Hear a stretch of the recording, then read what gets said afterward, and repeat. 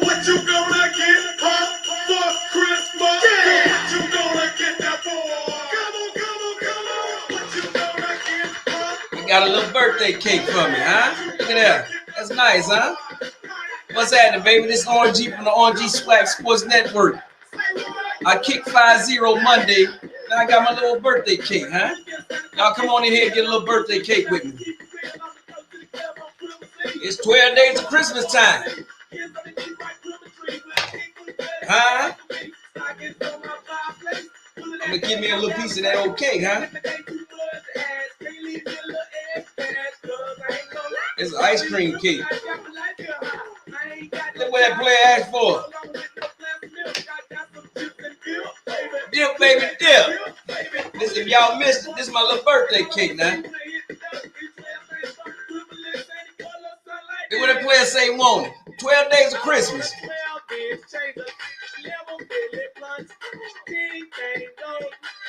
Y'all come on up in here. Let's talk about bias in the media. Fresh gold chains. Hey.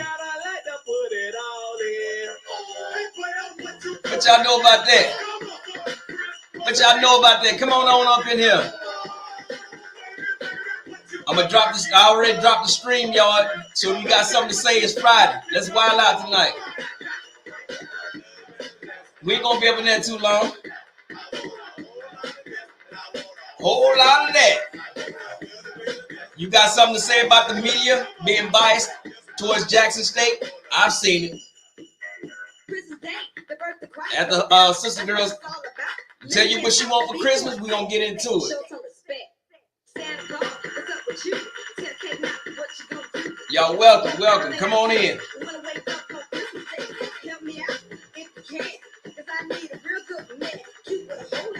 Hey.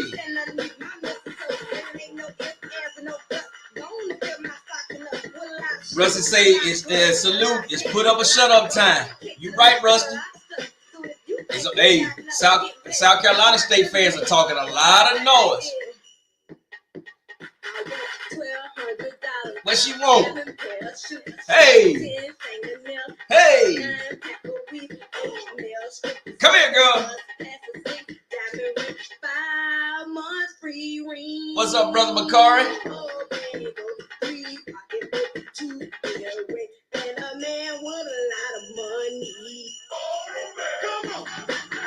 All right, then. That's the 69 boys. If you my age, you was going to the club, I guarantee it that that was what you was jamming right about this on this Friday night. Now I'm going to the VFW. I'm just gonna slide to the left and slide to the right. But welcome this RNG and the RNG SWAC Sport Network, and we're gonna talk about this bias in the media. A lot of graduation from Texas Southern and Southern University, undergrad and graduates was happening. I got a lot of that good stuff, and I'm happy to see it, man. But before we get into it, you already know I got to give you a little history of the SWAC. Now, this video right here, I hope this thing come in right. This made me laugh and mad at the same damn time. Watch this. What's that? Two. I like that. The Seahawks. I didn't see that Can the coming. Seahawks win the NFC West? Can the Seahawks win the NFC West? Everyone raving about Mike McDonald and his defense, rightfully so. But a lot of the evolution of their offense is a major reason why. One of the massive infusions of scheme that's going on in the NFL is the 4-by-1 formation, meaning teams line up. You heard what he said. This new massive scheme, the 4-by-1 formation.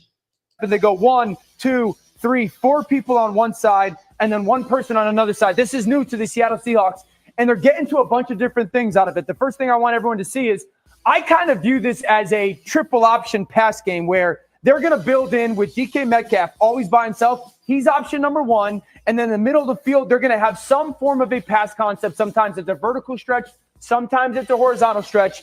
and then a third maybe outside perimeter check down swing screen option. So before you go any further, look what this does to the defense right away. So as a defense, as soon as they come out as 4x1, you have to communicate it. But as you pause it when you get to the top of it right here, and you look at this, right now we have 1, 2, 3 defenders over here, and there's only one Seattle Seahawk over there and DK Metcalf. So right off rip, we're at a disadvantage as a defense because we have all our defenders over there defending one guy. And I think the DK Metcalf point is a massive part of this because now, to those young men, they playing crazy.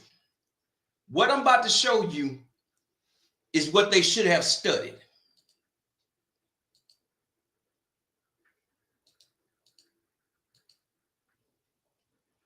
Look who this is. That's Mississippi Valley running the same damn thing that they talking about right now. That's Jerry Rice in 1984. Look at the formation. Look what they doing. Archie Cooley, the gunslinger, created that. I'm going to keep showing this again until y'all get it. You get it? That's 4 wide receivers. And them dudes up there pointing on that screen like they done discovered gold in San Francisco or something.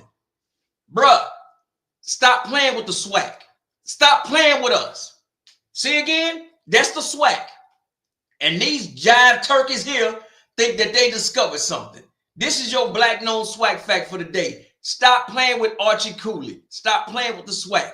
We created this stuff. You see it right there. I know it. I try to get it bigger, but that's the biggest I can get. That first part of that video, these clowns here, where they talking about this stuff here, come on, man. Stop doing us. That's your little black known SWAC fact. We created this offense. And these people, these analysis or whatever they are, trying to act like the Seattle Seahawks have discovered something new. Bruh, 40-something years ago, they was running that at Valley. Do better or don't come at all because you know Orange G is going to call your ass out. I don't play when it comes to the SWAC. Welcome, everybody. Welcome. Now, let me get this article pulled up. Let's talk bias. Oh, excuse me. Before we talk bias, oh my goodness, I almost forgot. I apologize. Let me get these young lady and men and women. Let me give them their flowers for graduating. I got a little excited. I apologize for that. What is this? I like to give these folks. They this is Southern University.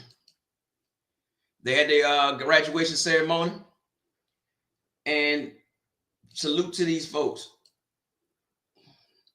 Look at that. Mama happy as all outdoors. That's right, mama. We made it, baby.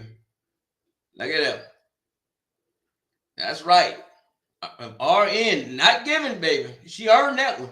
All right now. Go ahead on, Southern. Salute. Look at them ROTC, baby. Hey, young bruh, you a commissioned officer now. Woo! Come on. Salute to your sister girl.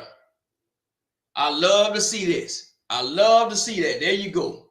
Huh? That's old Southern. That's right. I'm gonna do it. I'm gonna do that one now. Let's see. Where's the other one? Texas Southern. Yeah, they came. I like Texas Southern. They did a little walkthrough. We're gonna get into it, trust me. But I got, like I told you, if you graduate high school, college, wherever, and you up on here, it's Texas Southern, them folks walking in.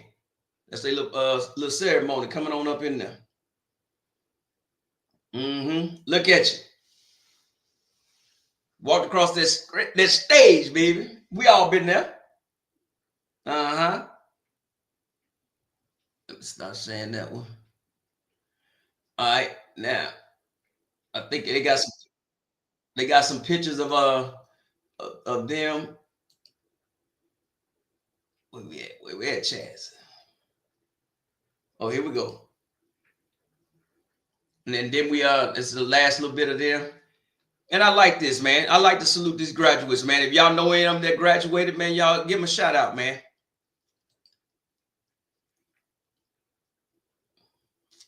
Israel said, "Go Tigers." All right, baby. They look at they decorated their little hats.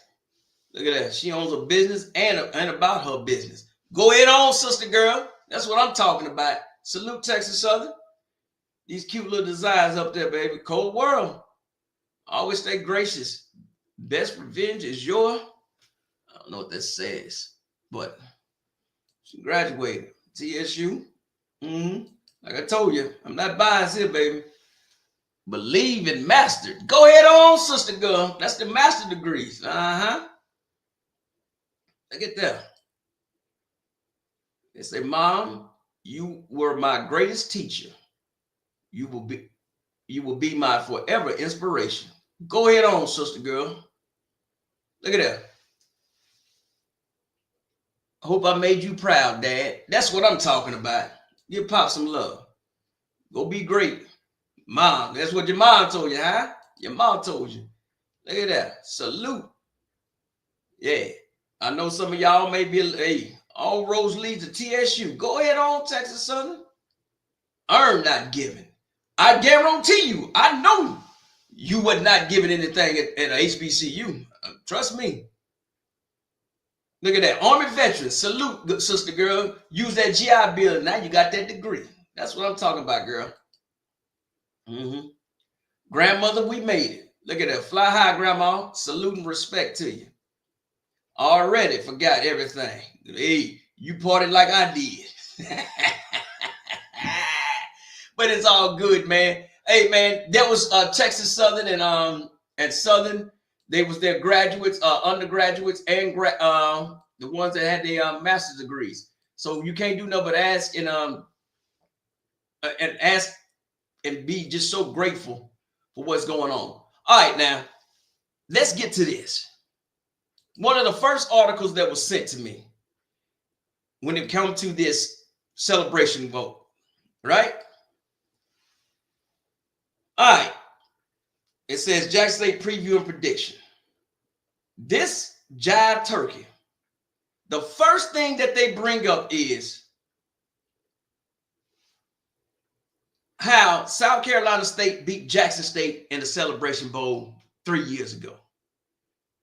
They never said anything about the last time they met until late on in the article. Because last time I checked, Jackson State mollywopped South Carolina State and caused Coach Buddy Pugh to lose his job last year. How many of y'all forgot that? Last year, Jackson State went down there and beat the brakes off them. But you look at this article, you read it, it's basically all about South Carolina. You know? And then, they talk about the Celebration Bowl. Jackson State was dominated, 31-10. Now, how could you, and then this the extra shade they throw up in there. MEAC 6, SWAC 2. Then South Carolina, so if you want to be biased or you write articles like this, just go ahead and say, hey, look, I'm rooting for South Carolina State. This article is totally biased to me. And, this is crazy. Now the game is, this is what they should have started off with. So now this should have been the headliner of the article, in my opinion. Celebration Bowl, MEAC champ South Carolina State 9-2 versus SWAC champ Jackson State 11-2. Kickoff noon Eastern at Mercedes-Benz Stadium in Atlanta, ABC. Series tied at 1-1. Last meeting, Jackson State won 37-7 on August 26, 2023. MEAC SWAC Challenge at Mercedes-Benz Stadium. That's how you start off an article. But you want to start off with this jive turkey nonsense about how South Carolina State won in the Celebration Bowl 3 years ago. So, like I said, bro, and then the 3 players to watch. It's all South Carolina State And then it comes you got to go all the way. They talk about all South Carolina State. Then you got to come all the way down. Then they talk about Herb Mulligan. But everything else, it's all about South Carolina State. So how biased do you think some of these damn people really are? You see what I'm saying? You see it with your own eyes, man. You know, that's bias, man. Marco said they had to do that. Why did they have to do that, Brother Marco? Explain to me. Because I got another article, which is 180 degrees from that.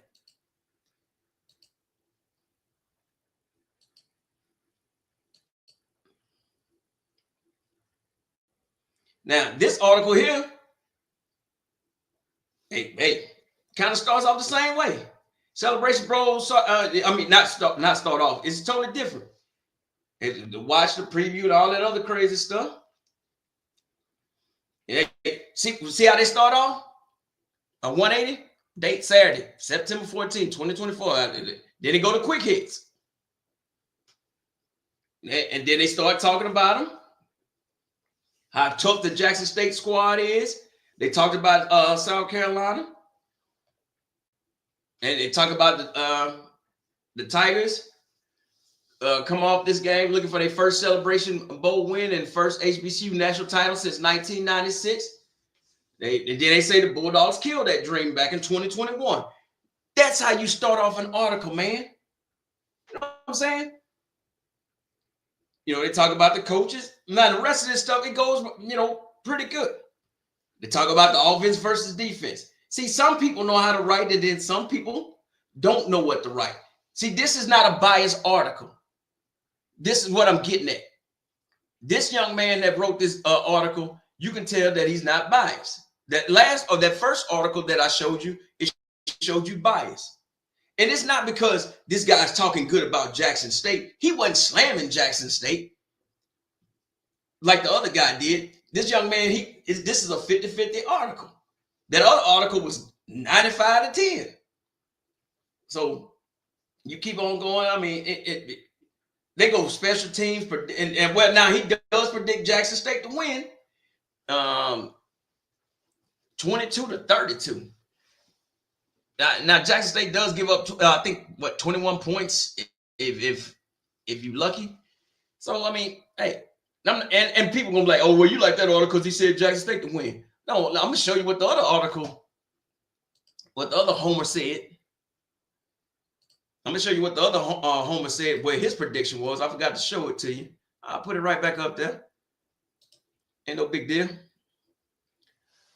Hey, Miss Whitley, how you doing, sweetheart? I'm getting on these folks. Now, he predicted South Carolina State is going to put up 34 points, and Jackson State is only going to put up 17. Bruh, Grambling was the only SWAC school, and Jackson State had 5 turnovers. So this dude here, I'm going to get this giant turkey name, because Thanksgiving is over with, and it's already too early for this dude to be a giant turkey. What's his Now they try to put his name in small print. No. So you come on up to the front and center. What's his Gene? Gene Clemens. Arthur was Anna Gonzalez. So Gene and Arthur. I don't know what y'all got going on. I blew it up so y'all can see that name. And so I don't like that. I don't like that. We gonna be real, be real. HBCU band talk. Hell Wildcats. You the only Bethune-Cookman fan on this side of the internet. You got it. Granny Annie say, all I know is showtime. I know to my Tigers, leave everything out there on that field tomorrow. The prize is yours for the taking. You work for this day, so take it by force. See you tomorrow. All right there, Granny Annie. I feel you. Marco say they know they get more click on hating on JSU. Now, Marco, somebody else told me that. They say, bruh, you much as you read and watch, you don't notice that? I say, I know the 2 people calling the game, Jay and Jay Walker and the other young lady. The other young lady don't hate as much, but Jay Walker hates. So I knew that, man. So that's something serious. So I mean, if you got something to say, if you want to give your thoughts, opinions, put that stream thing up there. You come on up here today. I got my internet, I got my mojo working. Last Wednesday, them people gonna sit there and tell me, hold on, let me stop sharing. Yeah, them folks, you know, I was mad. Them folks gonna sit there and tell me, oh, you didn't get that memo about the update? Hell no, I didn't get no memo about no update. But that's what the internet was dragging like that, man. So, like I tell folks, man, I try to be fair. If I'm gonna be fair to all 12 SWAC schools, I don't know how these people can sit there and be so pro MEAC. What is HBCU alum on Instagram? I only have Instagram and I think Snapchat. HBCU alum is anti-SWAC. They had a thing about which classic you think is the best. They didn't have the Soul Bowl. They didn't have the Bayou Classic. They didn't have the Magic City Classic. They had all these whack classics that from the MEAC. And I'm like, how can you be HBCU alum and you totally forget about the SWAC? And then he's like, oh, my bad. Now all he's doing is posting South Carolina videos, man. So I don't get where these people coming from, man. So, I mean, you know, I can't say it is what it is because I don't like that at all. So, but anybody want to come up, you're more than welcome. Hey, come speak your piece. Because tomorrow, I'm telling you, I'm kind of upset about this game being at 11 o'clock in the morning. And the reason why I'm saying that is when the last damn time a SWAC school this season played at 11 o'clock? 11 o'clock in the morning. When was the last time a SWAC school this season played at 11 o'clock in the morning? Now, I understand if you about the dome and you got to do this, that, and the third. Hell no. The Bayou Classic was played in the afternoon. They was able to have a classic the fifth quarter and then get everything out of there and set up for the Saints game the next day. So if the Falcons are playing at home, which I don't really follow that kind of stuff, but if the Falcons playing at home and they trying to use that excuse, that's crazy. Another thing, the cricket. If you are going to only pay these people $1.5 million, you need to get these players a lot more stuff. To be fair, SWAC content dominates the headlines. I got that during the regular season. I don't ever see anybody from the MEAC besides HBCU alum. But you got the reason why SWAC content dominates. You have Jackson State. They actually got an award for being the best media team. But you have just about every SWAC school has a content creator on YouTube. Outside of I'm not talking like the 1400 Club and Tiger Talk. Outside of that, you have people doing for Jackson State. You have SWAC and a Fool with G and his homeboys that go to Southern and all them folks. That's why SWAC dominates, is because the SWAC folks get out and do it on their own. I'm talking about when it comes to these newspapers and these articles like HBCU Legends and all this other stuff. Well, Amanda, hello, how you doing? Happy Friday. But when it comes to these articles that I just showed you, that was 2 articles there, and it's a lot more on the internet, man. HBCU Game Day, they don't like the SWAC either, in my opinion. But at the end of next season, it might even be, well, it said 2025. But we got to push for HBCU Go to get a hold of these SWAC games. We can't be relying on janky ass ESPN Plus and then getting 1 or 2 games on ESPN2 or ESPNU or on a Thursday night. We got to push for our stuff to get out there. I know I'm pushing for it. So maybe we can get better representation nationwide from these newspapers. And the reason why I'm saying that, because we really don't need it. But for people that don't follow the SWAC like we follow it, if you look at some of these articles, it's like SWAC who? SWAC what? So that's what I don't understand. Why these guys wrote, that one guy wrote that article like that. Yeah, yes, and I understand that, Jonathan. It's always been at 12, but why? Why would you have that game, the only game in town on Saturday, have it at noon when we normally playing at 3, 2:30, 3 o'clock or whatever? Same thing with the money situation. Why are we only getting 1.5 million in the city of Atlanta is probably going to take in 20, 25 million? What SWAC school do we have in Georgia? I mean, some of the stuff, I had to turn some of that stuff off where the Celebration Bowl people, they was acting like it was Mardi Gras.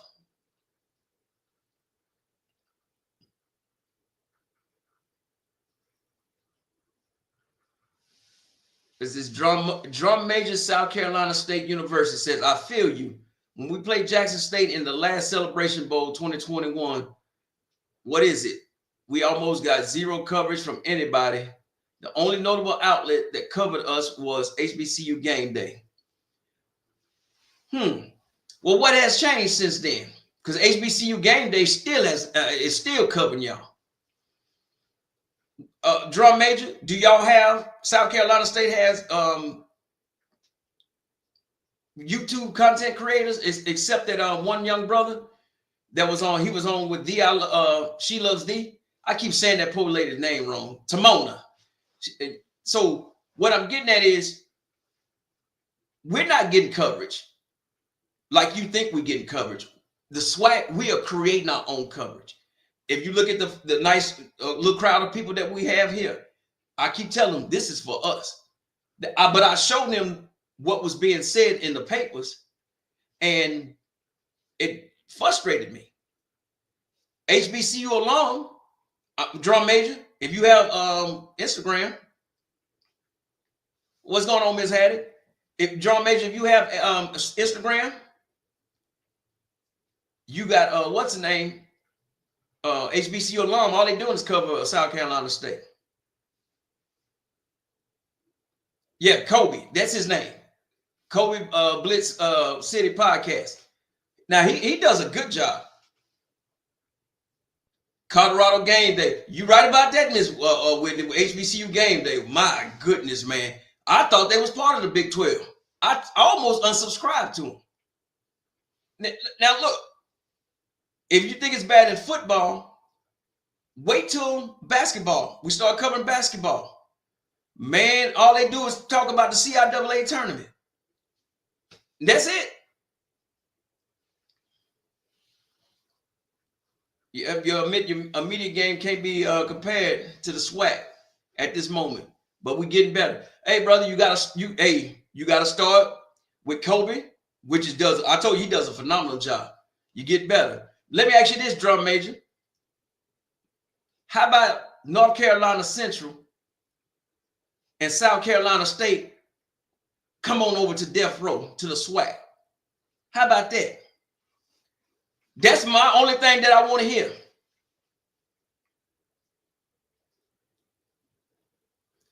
Now, Jonathan, I will be covering HBCU basketball.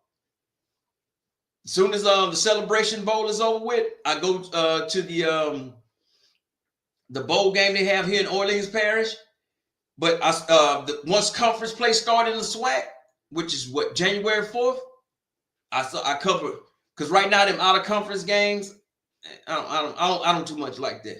So, but if you from the MEAC and you up in here, how about North Carolina Central and South Carolina State? Come on over to Death Row. Come on over to the SWAC. Y'all can be placed in the East. Yeah, y'all can be placed in the East, and we can shuffle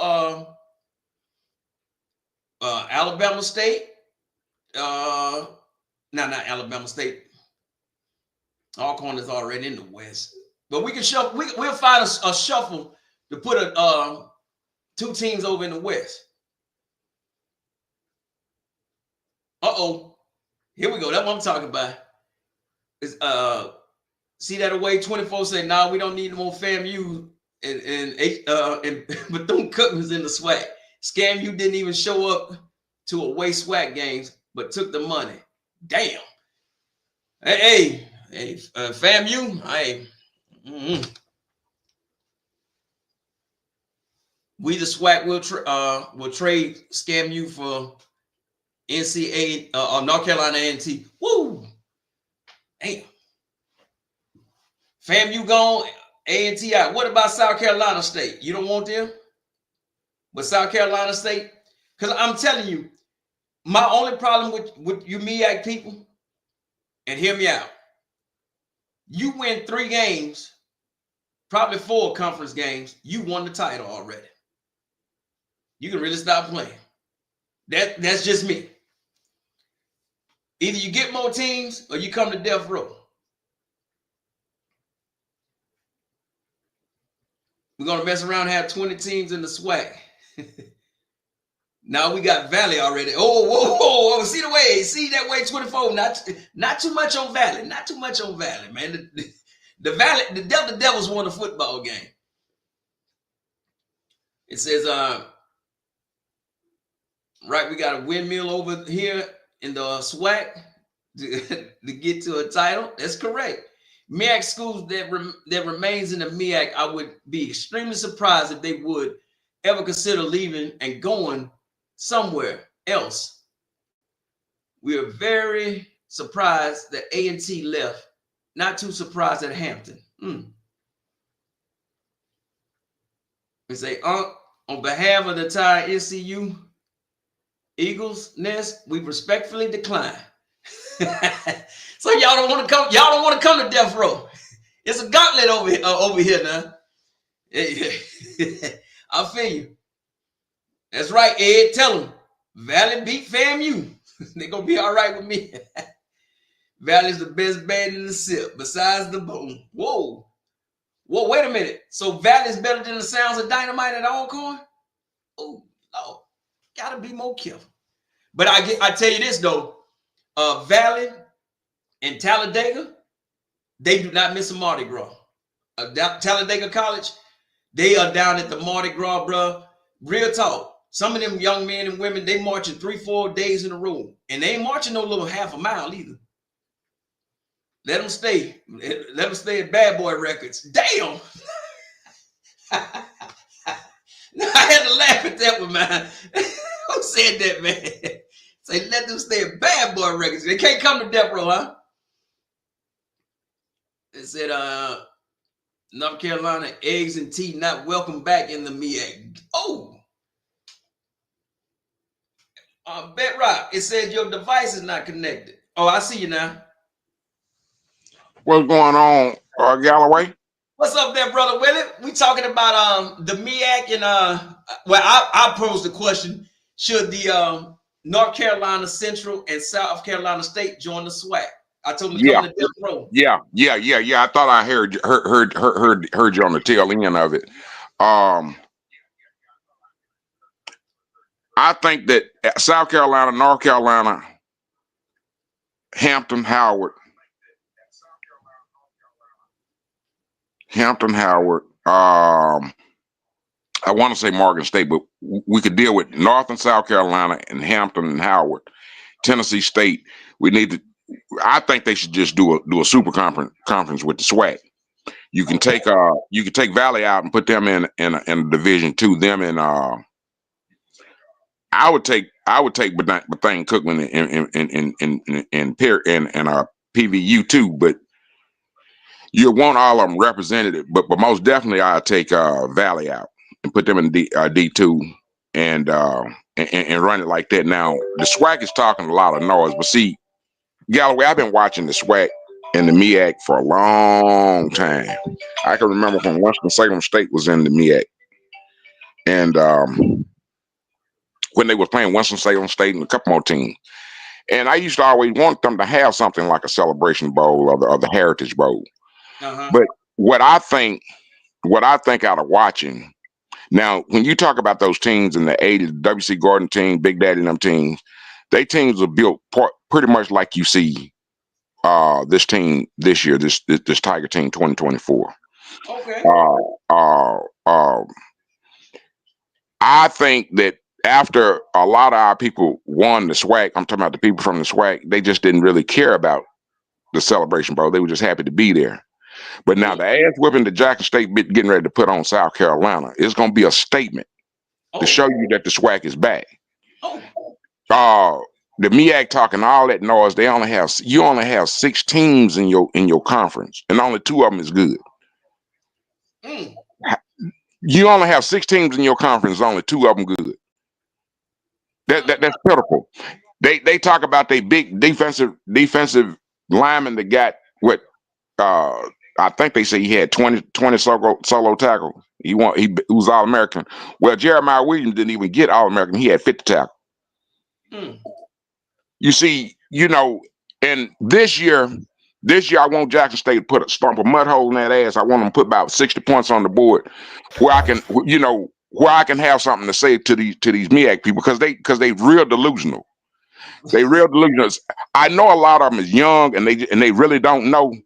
But y'all conference ain't never been it. It ain't never been that. They have good competition, but now how can you say that you a good conference when you only have 6 teams, bro? How can you say that you only have 16? MEAC, my friends, check in, tap in now. Come on, MEAC. I don't think now they talk about Phoenix. I watched a couple of games with Phoenix. He don't impress me.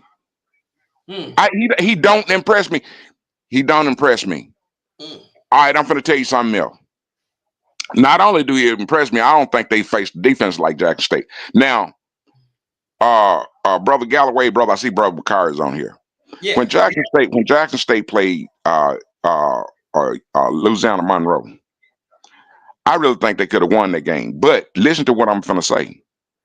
I don't think they was paid to come over there and win that game. I think they were paid to come over there and show up, get a good competitive performance, and for the Jackson State Boom to play. Okay, we got the drum major from South Carolina State up in here, Brother Bakari. What's good, my brother? You got something to say, my man? Well, you got guests in the house tonight from South Carolina State. I'm gonna let the guests speak. All right, let the guests speak first. Go ahead, my brother from South Carolina State.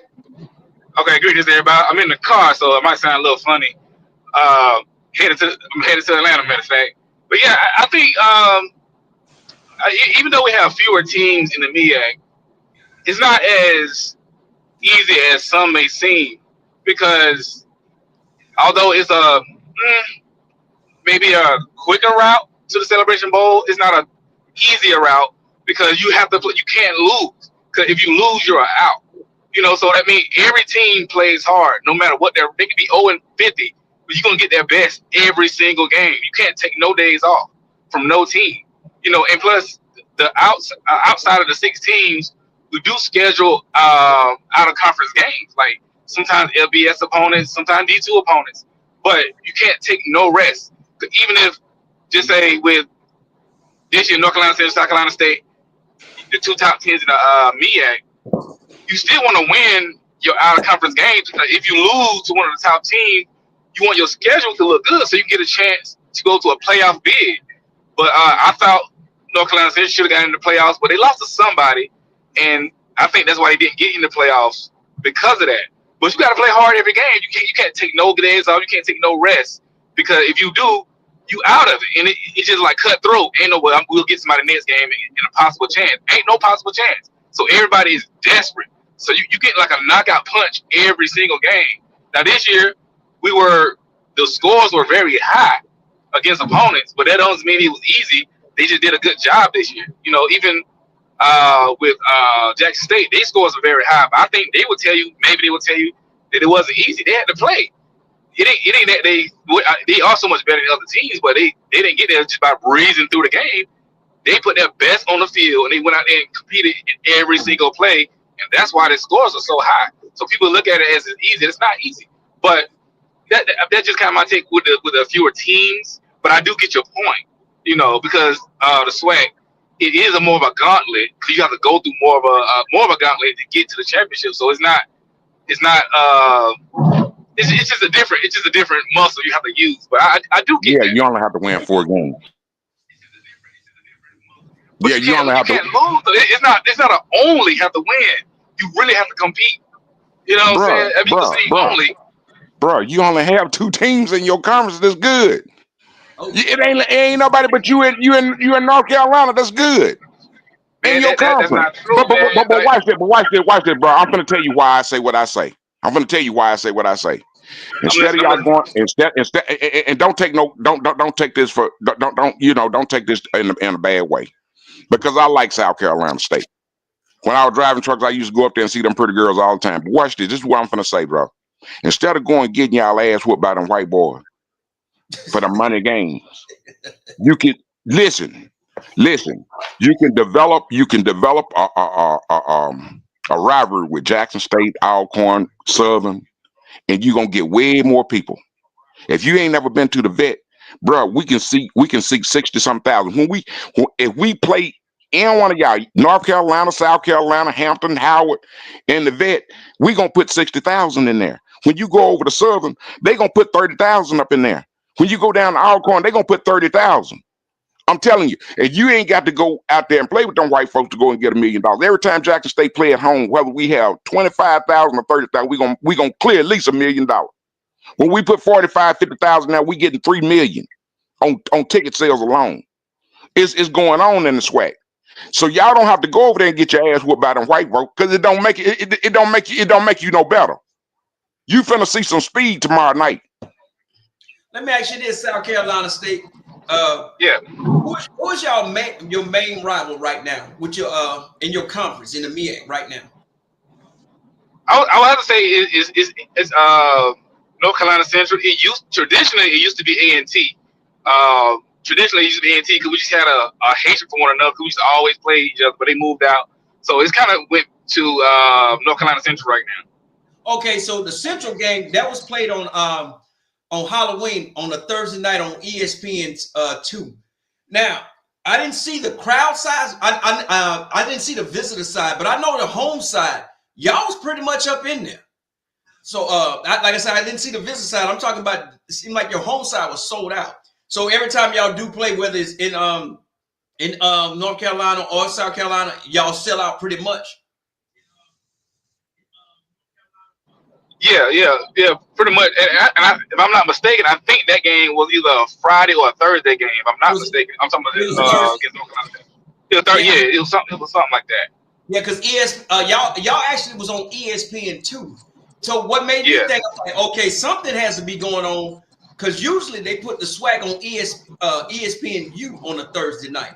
So, so y'all must have some type of good media to get on ESPN 2. And I seen a lot of y'all games were on ESPN Plus also. So my thing is South Carolina to Athens, or not Athens, South Carolina to Tallahassee or to Bethune-Cookman.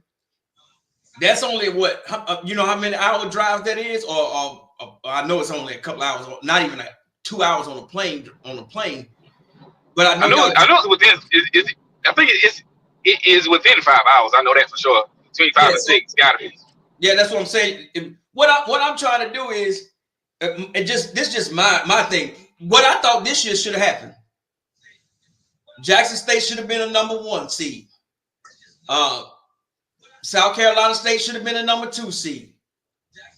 So Southern should have been a 3 seed, and North Carolina Central should have been a 4 seed. That should have been our 4 HBCU. That should have been our playoff games. And we could have played like that. And then the winner could have met the higher seed. After the 2 semifinal games, the higher seed could have had the game at their home stadium. What you think about something like that, or everybody just stuck on this? No, man, no. Ever since they come up with that college BCS shit, I've been against that. If you don't host no conference championship, no, it's not fair. We play 7 more fucking games, man. We play 7 more games.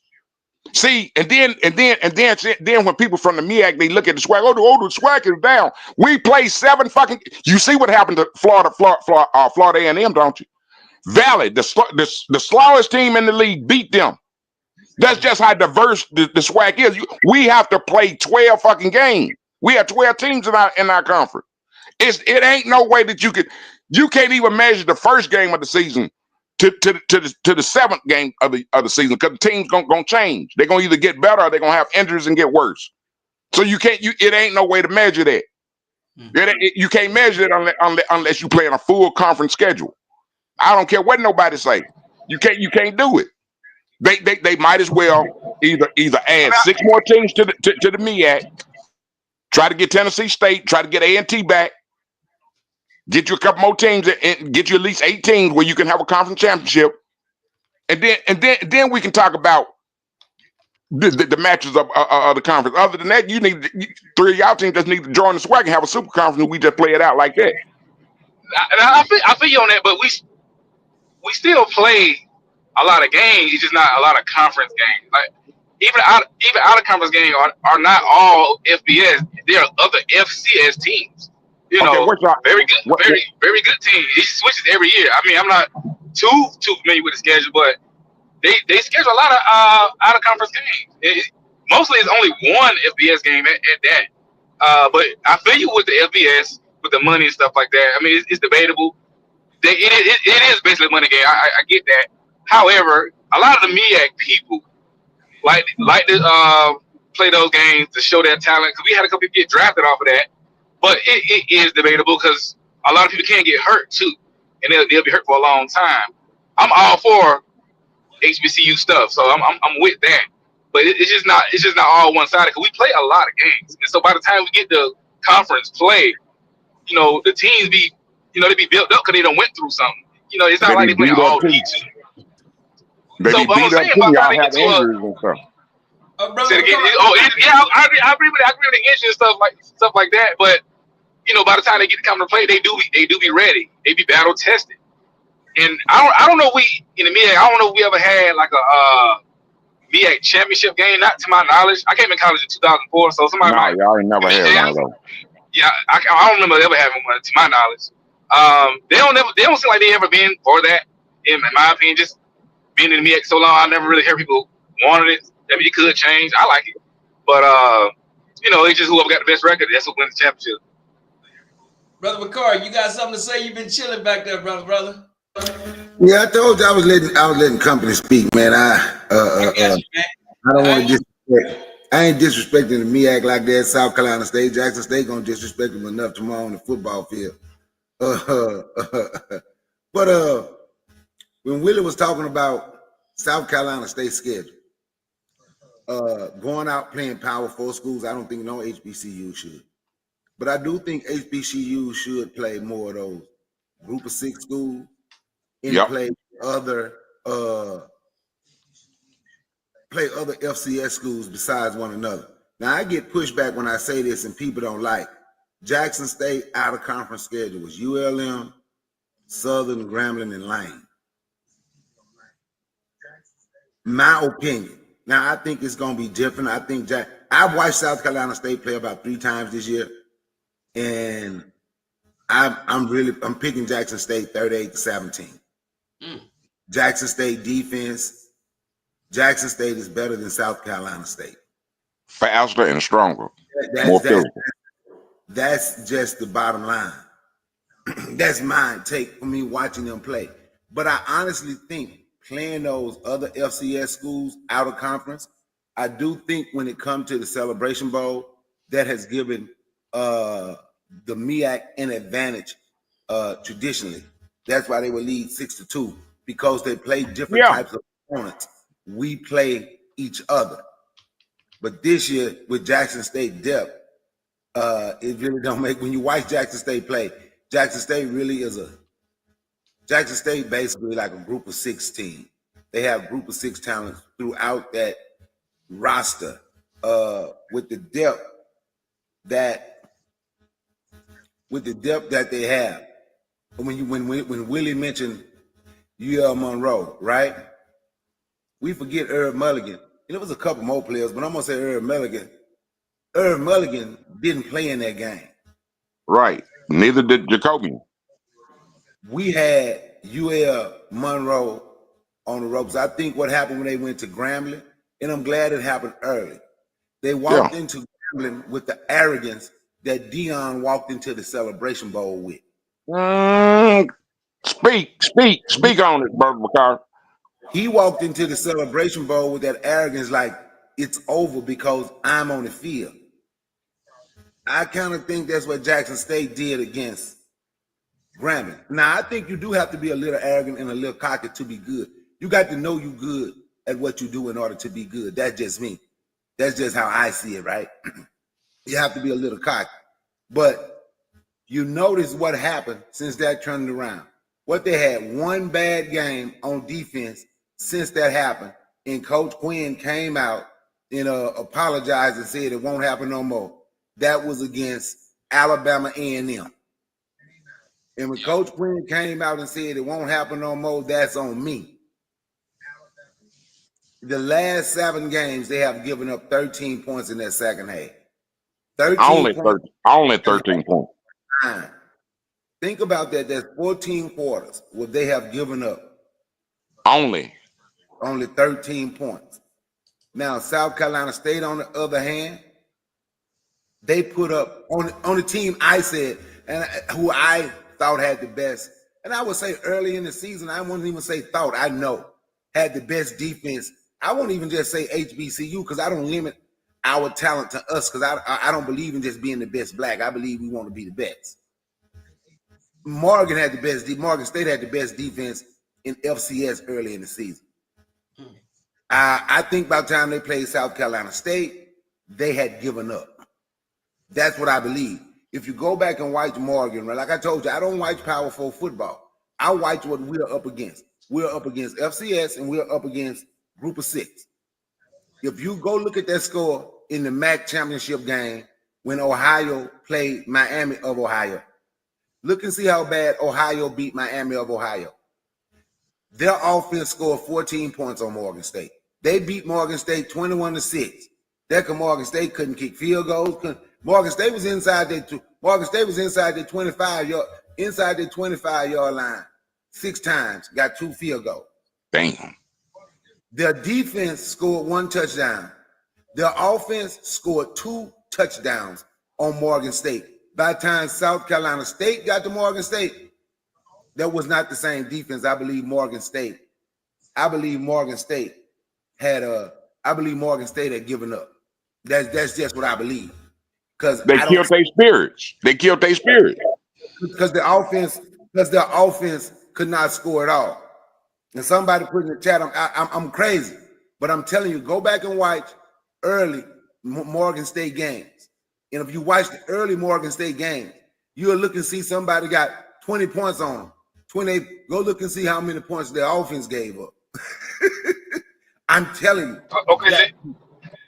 But when South Carolina State made it to them, that was a different monster. Me say, they were not the same team. But when South Carolina State stepped on that field with Jackson State on Saturday, they played one defense that had given up. When they step on that field Saturday, they playing a defense that hungry. They got a point to prove. They've been disrespected all season. Fam, you number 1 in the nation. HBCU. Jackson State beat them. You find people. Oh, we just can't give it to Jackson State. Don't care what Jackson State do. Dude, Jay, who's the big Jackson State hater. Jay Walker. Yeah, that's him. Yes, He do be hating. Leader in HBC. I can't even think of the name of the channel now. And I just put in his chat. So it doesn't make a difference what Jackson State do. It's just hard for y'all to say Jackson State is the best. And I'm glad they continue to do it because it's adding fuel. It's making them go out and prove every week. Let me counter that. Let me counter that. So I feel you. I don't see nothing wrong with what you said. But some of the stuff you saying, South Carolina State also feel the same way, just on a different wavelength. Like by the time we got to Morgan State, we were a different team as well. Because when we played, we lost to Georgia Southern. It was like 45-14 or 7 or something like that. But we played very competitive in that game. And you said Herb Mulligan was hurt or out during y'all loss, but a couple of our starters were hurt and out during the Georgia Southern game as well. And we played very, very competitive in that game. And when the team saw that they could actually win and play, you saw them get better and better and better each week. And their confidence was really high. So by the time we got to Morgan State, we can't control how they feel, whether they're up or down. We just play hard because the team really confident in their abilities. And also, we lost a FAMU. A loss is lost. I don't like to do the shoulda, coulda, wouldas. But we lost within like a touchdown or something like that. And it was the first game of the season with a new coach and a new team. You know, and our team has progressed it week by week by week. And we also felt disrespected by whoever media, because they were like, oh, he bring all these D2 players. They can't play on this level. This is a D2 coach. Look at the team record last year. They licking their wounds from Buddy Pugh his last season. It was like 4 and whatever. So the team also had a chip on their shoulders, and it was out for Peru. We was projected to finish like 4th or 5th in the MEAC. You know, they're like, oh yeah, they'll get to the Celebration Bowl maybe 2 or 3 years. You know, give them some time. You know, they can't really compete. You know, but it wasn't the case. So a lot of you saying KB contributed to us as well, because the players also got a chip on their shoulders, because people always been telling them, y'all D2, y'all can't compete, y'all can't do it. But all they've been doing is winning and winning and winning. And a couple of them players got national awards, not just with HBCU, but like FCS. You know, and traditionally, just like Jackson State, we are a winning program traditionally. So it's not like we don't understand what the winning culture is. You know, we understand what a winning culture is, and we know what Jackson State is. The players, they're not under any illusion about the pedigree of Jackson State or who it is. They don't think it's, oh, we're gonna just go in there and beat this team. They know they gotta play. They gotta play. And if they don't play, they know what's gonna happen. But what I'm saying is, they just not under any illusion of what needs to happen, how it needs to happen. Hey, I want to add something. Then you go. I'm sorry. I understand. I hope they come out and play hard, and I believe they are. But I'm telling you now, final score 38-17. Jackson State is a whole different monster. Go ahead, Willie. This is what I wanted to say also. Now I'm gonna tell you, like in the past, the MEAC got 3 weeks to prepare. We still playing championship games. We playing the Soul Bowl, and then we play championship game. Y'all at the house sitting down. This week you only got 2 weeks. I really don't think. I think that was a big factor in the past. But the way that TC built this team, like he said, he built this team for December. It's not gonna matter. It's not gonna matter. But that was y'all advantage. Playing those FCS teams, playing those that because you still have to play the opponent on the field. What mattered was, and what people don't want to talk about, is y'all cats had 3 weeks to prepare for the SWAC. Y'all got all y'all coaches that done played every SWAC team. Y'all got all the film. Y'all got all y'all coaches to work together to beat the SWAC. Tell all that. Bring all that stuff out, because from the very get green, I said that's a disadvantage. It's a disadvantage for you to have less teams in your conference, and for you to have 3 weeks out on top of that. That's a big advantage. But this year is not gonna matter. It's not gonna matter. I heard some fool on here saying that, you know, that Jackson State hadn't seen a team like South Carolina. And I asked the cat, do you think South Carolina better than UNL or ULNM? I think they finished like 3rd, 4th in their conference. See, but the game have to be played. Oh yeah, brother Bakar, we play Southern Miss next year. Hey, Uncle Willie, you see what me and Brother Bakari had talked on the phone earlier. You see that the head coach his whole team is trying to leave and come to Southern Miss. So Jackson State might go to the new head coach at USM. Yeah, right. Who's trying to leave the team and go to Southern Miss? His whole team from Marshall. I think I'm gonna tell you something. That team from Marshall. This just means people. It might make them better. Go ahead. I'm sorry, brother Carr.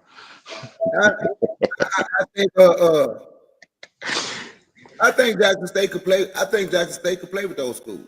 Now, I'm not saying Jackson State would have won that conference or would have beat Marshall. TC gonna beat them next year. TC gonna beat Southern next year. If you watch those Sun Belt Conference USA MAC, Jackson State make a bowl game in that conference. Yeah. Jackson State make a bowl game in that conference. Now Marshall won 10 games this year. They trying the whole team trying to come to Southern Miss. For whatever. And you know, when I say the things I said about that, I said people call me a hater, but RNG, he understood what I meant. Yeah. This is just, I ain't telling nobody to think like me, but I want y'all to understand what I'm saying. Stuff happens strategically. People with money and the powers that be, things happen strategically. Yeah. It ain't a coincidence that year 4 last, that the white folk came and gave Dion that money. Yeah, and right after that, the commissioner of the SEC say should non-black school be D1. Then as you see, that's why I don't watch no Power 4 football, right? That's why I don't watch none of them. I can't support none of them because none of them came out and denounced it because they all feel the same way. Now watch this. When I say things happen strategically, this is why I can say, okay, Willie got a job making more money, but he got to fail. That school got to fail. That black coach that going to Southern Miss got to fail. And if y'all rooting for them to succeed, understand you are rooting for your own demise. They are put there strategically to take away from HBCU. This man, let me tell you about the Southern Miss coach, the one they just got from Marshall. He was at Marshall 4 years. He made a bowl game 4 years in a row. He won the conference 2 out of the 4 years. 2022, he won 10 games. 2024, he won 10 games. Marshall won't extend him, but he ended up at Southern Miss. If y'all think that's just a coincidence, if y'all don't think they're trying to take away from the momentum that HBCUs are building,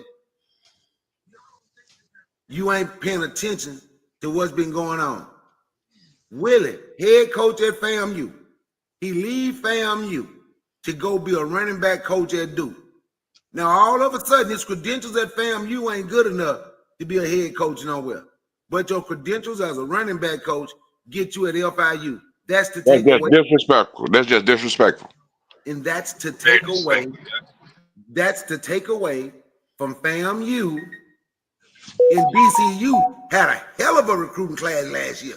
If y'all don't believe me, go. BCU was like number 5 in FCS last year. Their recruiting class, mostly high school though. BCU gonna surprise some people next season. All them players stay. Hey, for South Carolina State, I pinned this comment. How can you speak to this?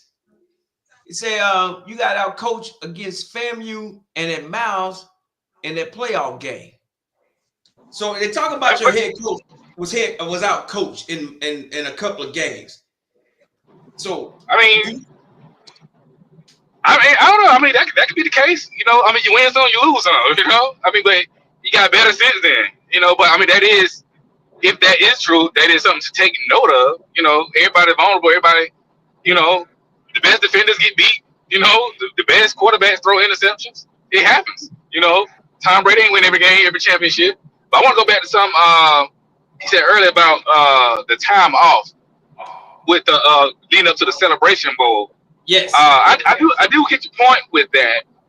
You know, at the same time, you know, we don't control the schedule, and I can't help that. Like A&T left, AMU left, Bethune left, Hampton left, all these schools left the MEAC. You know, and so we was playing full schedule. It had they stayed, we would have had the same time relatively to SWAC teams, in this case Jackson State. You know, but at the same time, you know, it can work for us or against us. In most cases, it does work for us. Anybody can admit that because it gives you time to get healthy. You know, but at the same time, you can be rusty too. And at the same time, although Jackson State should have a fair chance to get their players healthy, because it's only fair to have a chance to get your players healthy as the other team. That's only right. I would never disagree with that. However, with Jackson State, they could have an advantage, or at least I would say advantage because they could be in championship form, like in playing form, because they just played a championship game the last week, so their muscles are ready. They don't have to like stretch it out. So I mean, yeah, you got depth, but I'm just saying they still in that fighting mode. They straight out the block. They straight out the ring. You know, so we'll have to kind of, figuratively speaking, we have to warm up. So it can go for it and or against. But I will admit, it will kind of be an advantage for the MEAC. Traditionally, it would be an advantage because more time is just more time. You know, you can't get around it.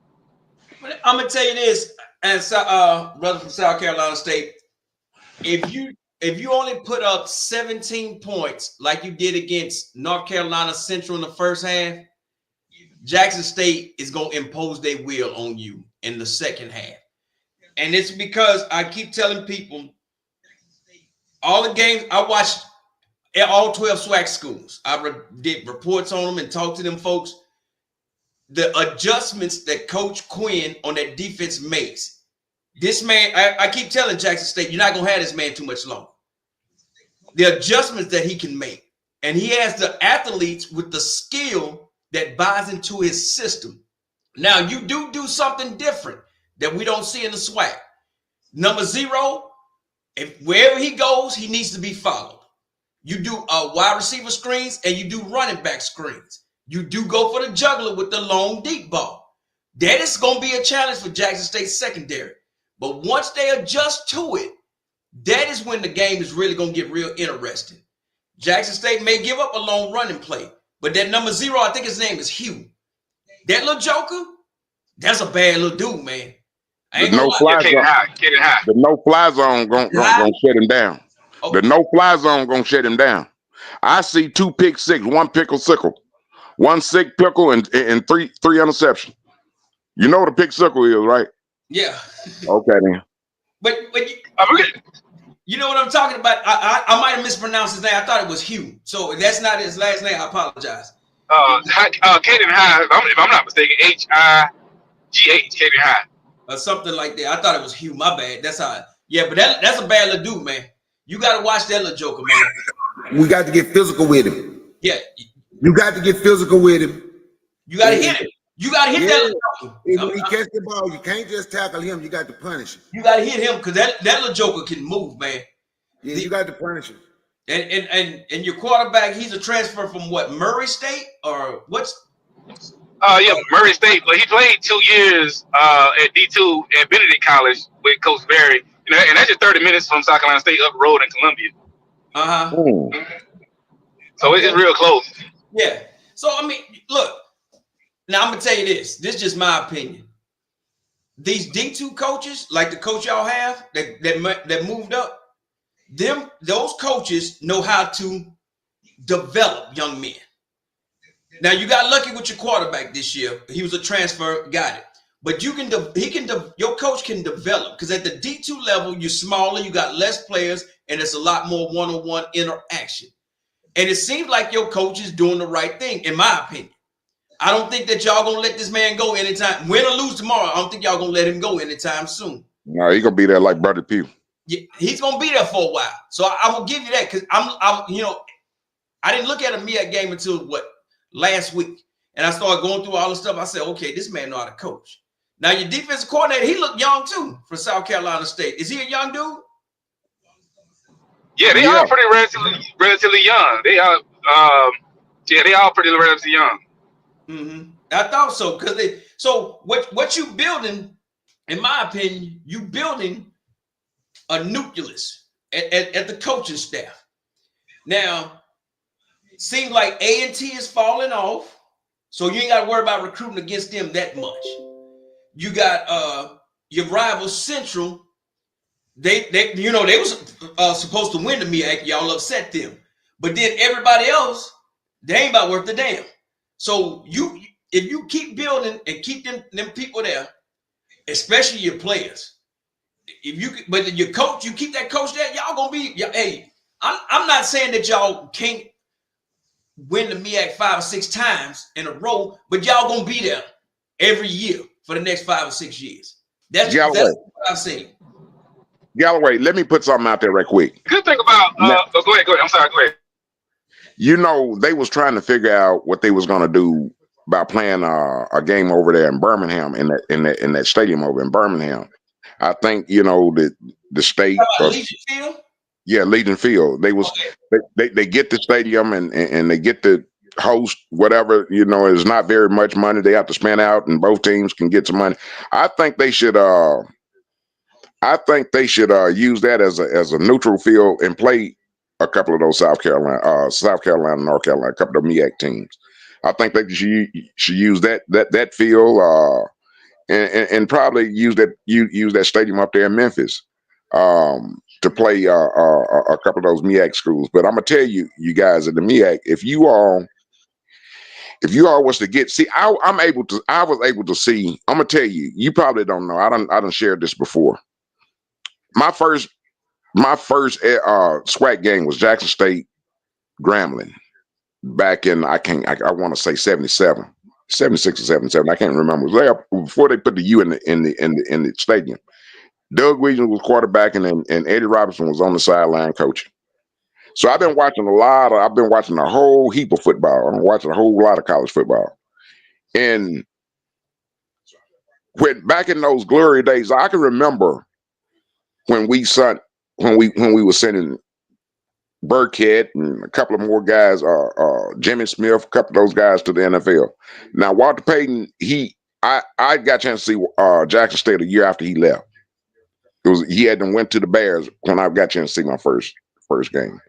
But I can remember back in those glory days when we had a lot of people come out to SWAC. But and see if that fella would have stayed in Jackson, it would have been back to those days for the whole HBCU family. But I'm not a DDR. You got a couple of DDRs in your chat, Galloway. I'm just not looking at them. But yeah, you got a couple of DDRs in your chat, and I hope y'all stop bringing up that fella. That fella done got everything that Jackson State owe him. Jackson State don't owe him nothing. And I wish you would just stop bringing him up. He didn't win the Celebration Bowl. He was cheated. I mean, he was out coached. I'm sorry. He was out coached in both Celebration Bowls. And I'm going to tell y'all something. That fake field goal and that fake field goal and fake onside kick, that shit ain't gonna work tomorrow. But go ahead. Hey, hold on. I what's his name? See that way 24. Ladies, I do apologize. You ain't gonna disrespect these women up in here. I removed him. So that was the DDR. Okay. Yeah, I got him. I got him out of here, man. I apologize, ladies. Y'all go back. No, I was just telling you. Yeah. I was just telling you that there was DD. He was the DDR I was talking about. But you know, we got whooped 2 years in a row from North Carolina and South Carolina on a gadget play, fake punt, fake field goal. This shit ain't gonna work tomorrow. That's what got y'all that's what got y'all the momentum in the first Celebration Bowl. That's not gonna work tomorrow. That's not gonna work tomorrow. Them boys up front gonna eat, and we know that y'all got two bookend defensive ends. Herb Mulligan gonna chew it up. I think he's gonna get 120 yards, and I know y'all done held backs under 100 yards all season. He gonna get 120 tomorrow. Yeah, I would say that. I mean, defense has always been our standard. In the first Celebration Bowl we played against y'all, I know this is not happening this time, but a lot of our team was just overlooked because of our record. You know, but that year we played a few FBS teams, you know, and even in some FCS competition, a lot of our players our starters were hurt. But we had a few NFL guys on that team, and they were just being overlooked. One, what's my man's name? The DB that got drafted. I don't know why he ain't coming, so y'all know what I'm talking about. We had Shaq Davis, wide receiver. You know, he had some time in the NFL. I think he doing the CFL route, whatever you call it. But you know, he was on a couple teams. But the defense really came through, and I think they really, because Buddy Pugh was there for a long time in that first Celebration Bowl, they just felt so disrespected and overlooked, man. And the DNA, the pedigree really came out. I think that happens a lot with our teams. You know, when they get in those situations, it just comes alive no matter what the record is. Now, I think last year when y'all played North Carolina Central, it was going either way. You're right. You know, a couple trick plays here. It was an out coach thing, and nobody expected it. But to factor in, I think Coach Prime saying he's leaving. I do think they had a factor in that game because to do that right before a bowl game, it's gonna be disheartening some players. I mean, the players are human. You know He what I'm didn't saying? have no They're business human. coaching. He didn't have no Yeah, business coaching, brother. yeah, but I'm saying, but still, to no matter you could be Barack Obama. If you a coach, your players gonna believe in you. And to say you leaving right before a bowl game, it's gonna have effect on them young men. They still young men. Watch this, bro. Watch this. Not only did he should have let TC coach the game, but he didn't want his son to play if he wasn't gonna coach the game. He shouldn't have never even coached the game. Then he didn't play 9 players. It was 9 players didn't play in that game. There's a whole bunch of shit was going on. That was an all-world team, man. For real, I would like to see that team. If I had a vote, This team is better than that team. This team is better than that team. We got our brother Doc Holliday up in here. Doc, what's going on with you, my brother? Man, I'm trying not get upset at myself, man, because of my health and stuff. Yeah. But man, I thank everybody for supporting me, trying to get me down there to Atlanta, and I'm gonna try to get it going next year. But to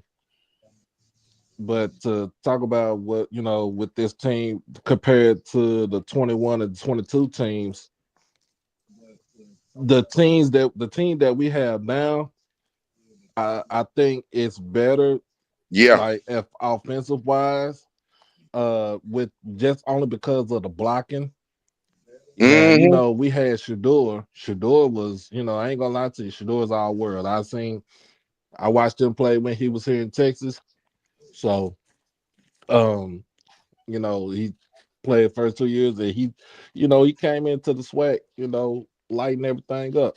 But now it's when you think about it, this team is well prepared. I think they are laser focused on what's on the task at hand. I think they are laser focused. And if you don't believe me, just look at the tail of the tape. Like, look at what happened throughout the whole season. Now we go into that Grambling game, we kind of went to that Grambling game smelling ourselves, right? Yeah. Yes. So that was a game that kind of had to humble us right there. I wish it would not have been by 21 points. I mean 20 points, but at the same time, that game humbled us. So you go back in the lab and you got to go back and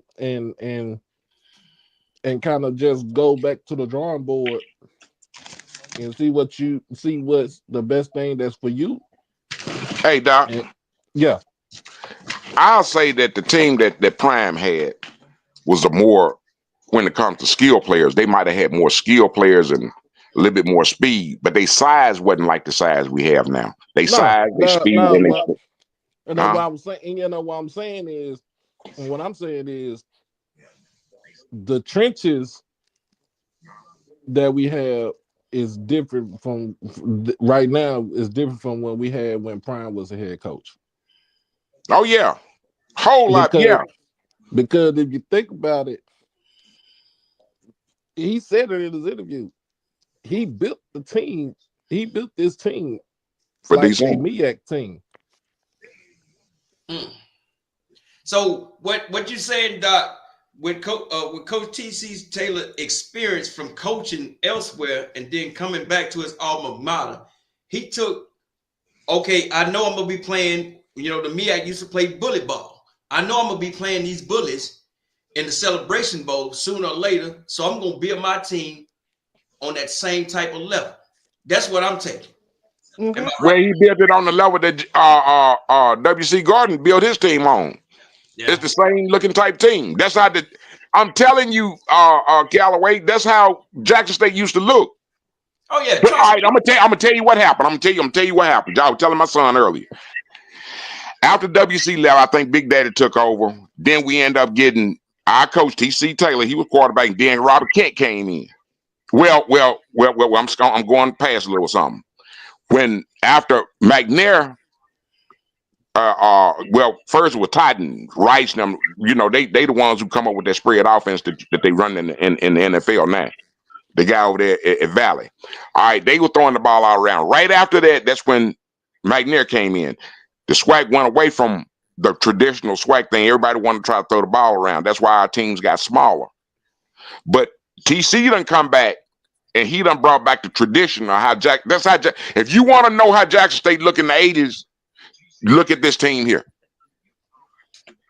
Now that's my opinion. I don't know what you think, Doc. Like, you think about it, his whole demeanor is straight up dominate, run the football. You know what I'm saying? Dominate up front on defense. Don't let nothing get past you on, in the air. And that's the way that they've been playing. Jonathan Bennett. We don't say Robert Bell around here. That's I used to throw up when I hear that name. Oh my man, he was the man, wasn't he? He was the worstest coach, man. Oh my goodness, it makes me sick to even think about those days. Man, look, Galloway, they were so damn pitiful, man. This coach, man, they had at least 7 or 8 games that they had 2 delay of game penalties coming off a fucking timeout. Yeah, I remember that. I remember the bad Jackson State years, man. Even though we ain't gonna talk about. We don't say that man's name. Okay, Doc. My head started hurting. They even think about that man's name. That man's name is like kryptonite. Yeah, you could say old man Harold Jackson. You could say Hendricks. You could say Tony Hughes, but that man, no, you don't say that man's name right there. I really do believe he was brought in to destroy the program. Somebody said that in the chat. Oh, I couldn't stand that son of a gun. Let me stop. Let me think about something else. I'm sorry, y'all. Yeah, we don't say that name around here. We don't. Oh man. Okay, we got what's the name? God damn it, I love thee. I be getting your name wrong so much lately. Well, welcome. You got something to say? I seen you earlier up at on Football Row. You did an outstanding job. I love thee. Did you just call me I love thee? I said I didn't call your name wrong about 3 shows in a row.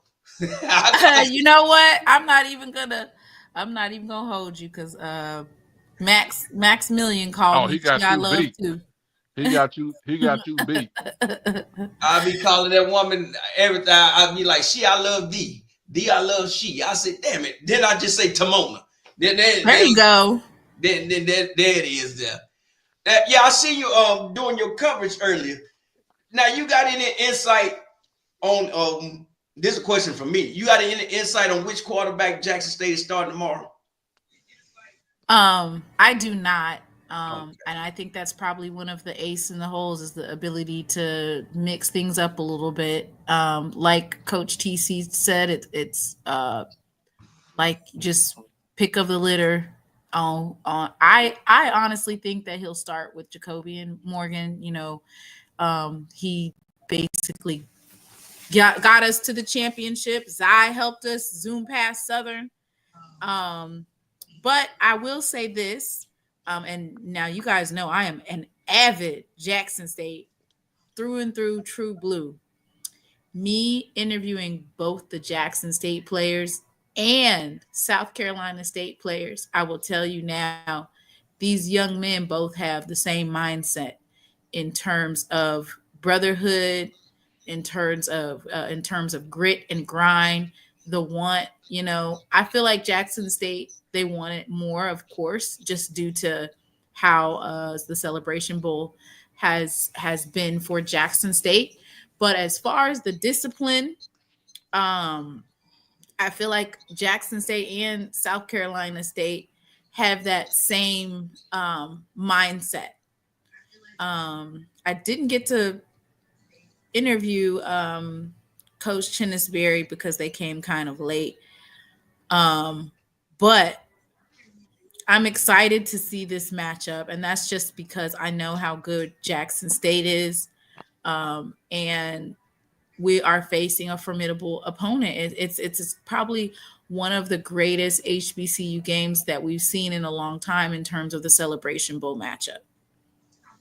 Okay, then. Now, like I said at the beginning of the show, it's been since 1996 since JSU. I think it's 1996 since they won the I guess the Black College Football title, if they want to call it that. You know, this game used to be the Pioneer Bowl and all that other good stuff.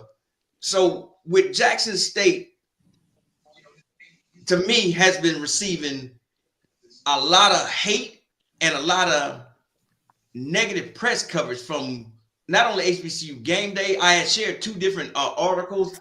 And HBCU alum, all these pages are kind of like rooting against Jackson State. Now, I know some of this stuff can be used as what we used to call in the locker room newspaper material. You put it up there, and so they see. Are any of the players talking about the negativity that they seeing or not? So the players, they basically said that one of the things that they see a lot is they see how hard the fans go for them. That doesn't go unnoticed. Yeah, they see all the chitter and the chatter, but one of the things that they do focus on is that as how hard that Jackson State fans go for them. They highlighted that this is one of the reasons why they committed to Jackson State. It's like a big family, and the fans protect them and stand up for them. And I will say this.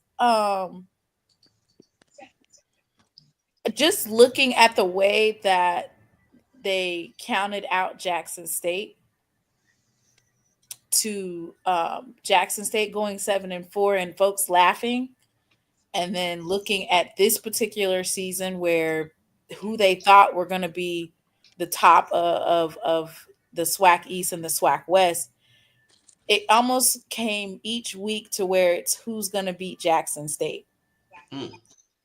Who's going to beat Jackson State this week? Who got it? And so every week it's, oh, this game going to be close. Oh, this game going to be close. Oh, they're going to get beat. And like the player said, built for December. And I think that that's what we're seeing. And for us to be 4 wide receivers down in our wide receivers core, and those are our our starting, and there's no drop off, that just shows how talented Jackson State's team is as a whole. Evan Henry, the offensive lineman, he said, we don't have no drop off. Everybody steps up to the plate and makes plays when their number is called. Now you may not be able to speak to this, or you don't know, but as I was telling my last show, I showed the South Carolina State versus North Carolina Central. Is Jackson State ready for these screens that South Carolina State is going to show? Number 0, he does swing passes, he does running back screen, wide receiver screens, and he does returns also. He is going to be an X factor for South Carolina tomorrow. Number 0. The South Carolina band member told me how to pronounce his name. I've already forgot. But Jackson State, to me, in the second half, that is what the Jackson State that I'm looking to see tomorrow. But I will be broadcasting the game live, because once Coach Quinn makes his adjustments. But that first half. You talking about defensive line, Caden High? No. For South Carolina, the offense, number 0. That's Caden. That's wide receiver Caden High. He's 5'10", 160 pounds. I will say this, that they have the speed, right? Yes. But I also say this, and I've been saying it, and we're going to see tomorrow, which is I don't feel like South Carolina State has met with a defensive line and edge rushers and linebackers that are going to come for their quarterback like that. We have seen a couple times in a couple of different games. Alabama State was one of them. I think Alcorn State was one of them as well. Is Jackson State, of course, they made adjustments, but they dropped some coverage because they over pursued the quarterback. Mm-hmm. Yeah. And you got line just one out. and And the receiver or the running back is gone. Like you won't be able to catch him. But what I'll say is Jackson State made adjustments after that. It's going to be some matchups, which of course we talked about those matchups. Rob McDaniel, he played a different position against Southern. Will he play that position tomorrow? Sean Hawkins, number 25, is a ball hawk, and he has the speed. Day Bright, he has the speed as well. So I think for us, it's going to be important to basically keep an eye on your man. I would put Day. Day. Yeah, I mean Day definitely has the speed, and I think he's ready. He's not gonna. I know the other game versus FAMU, they were doing this little trick thing where they pretend like they're relaxing and then they snap the ball. I don't think that's going to be a problem, right? They're going to be on their P's and Q's, and we do have some fast corners to match with that speed. I'm excited to see it. I like these matchups. I want to see some interceptions. I will say that I did get a chance to talk with Diego. He's a cornerback for South Carolina State, and he got a pick 6 and he took it 100 yards. We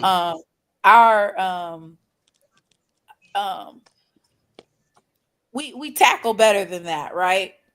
I'm not going to say that it couldn't happen, but as far as like tackling and getting players down, and then what does our offense like to do? They like to block so they can tackle. You know what I'm saying? Yeah. So I just think some of these matchups where we see these, and I'm not taking anything from them, because I know when it was Grambling State, I was over here like, oh, you guys went to triple overtime, or you did this, that, and the third, and we ended up dropping one. Our boys are locked in, and I feel like that if we get Eric Phoenix like kind of off of his square, I think that we can take this by more than 2 touchdowns. Now that's a bold statement. Now I'm gonna tell you this: what I've seen from that South Carolina, I watched him against FAMU, the game they lost, and then I watched him against Central. If you give this young man time, I'm talking about 4 seconds. He has the double A's. He has the arm strength and he has the accuracy. How many quarterbacks have you seen have 4 seconds back there in the pocket against Jackson State this year? That's very true, Uncle Willie. Not too that's many. Very true. Now that's very true. Not too many. They also like to use that underneath also. And another thing, and I'm pretty sure he's still in here, the South Carolina guy, they don't mind going for it on 4th down. They do not like at the. I think it was at the ball was at the 25-yard line. Everybody thinking field goal. It was 4th and 2. They go for it. They something was like 88% and for 4th going for it on 4th down. So that's another thing to think about. But trust me, I said Jackson State was gonna win the SWAC, and I said they're gonna win the Celebration Bowl. My thing is, I just don't like how the news media is covering Jackson State. Like Jackson State is the damn the evil empire or something, or they can't win the big game. And I'm like, this ain't fair. But to me, it's a lot of media bias when it comes to it has to be biased, because when you look and it's the old adage, well, y'all haven't played anybody. And then I'm like, okay, well, who has South Carolina State played? You know what I'm saying? And I'll say this, like, men lie, women lie, numbers don't. And what I mean by that is look at the stats. What do the stats say? I think Jackson State is It took Blue to point this out, that in terms of red zone offense, if you go and you look for yourself, I can copy and paste it. Jackson State is the number 1 in all of FCS. Yeah. Oh yeah. All of FCS.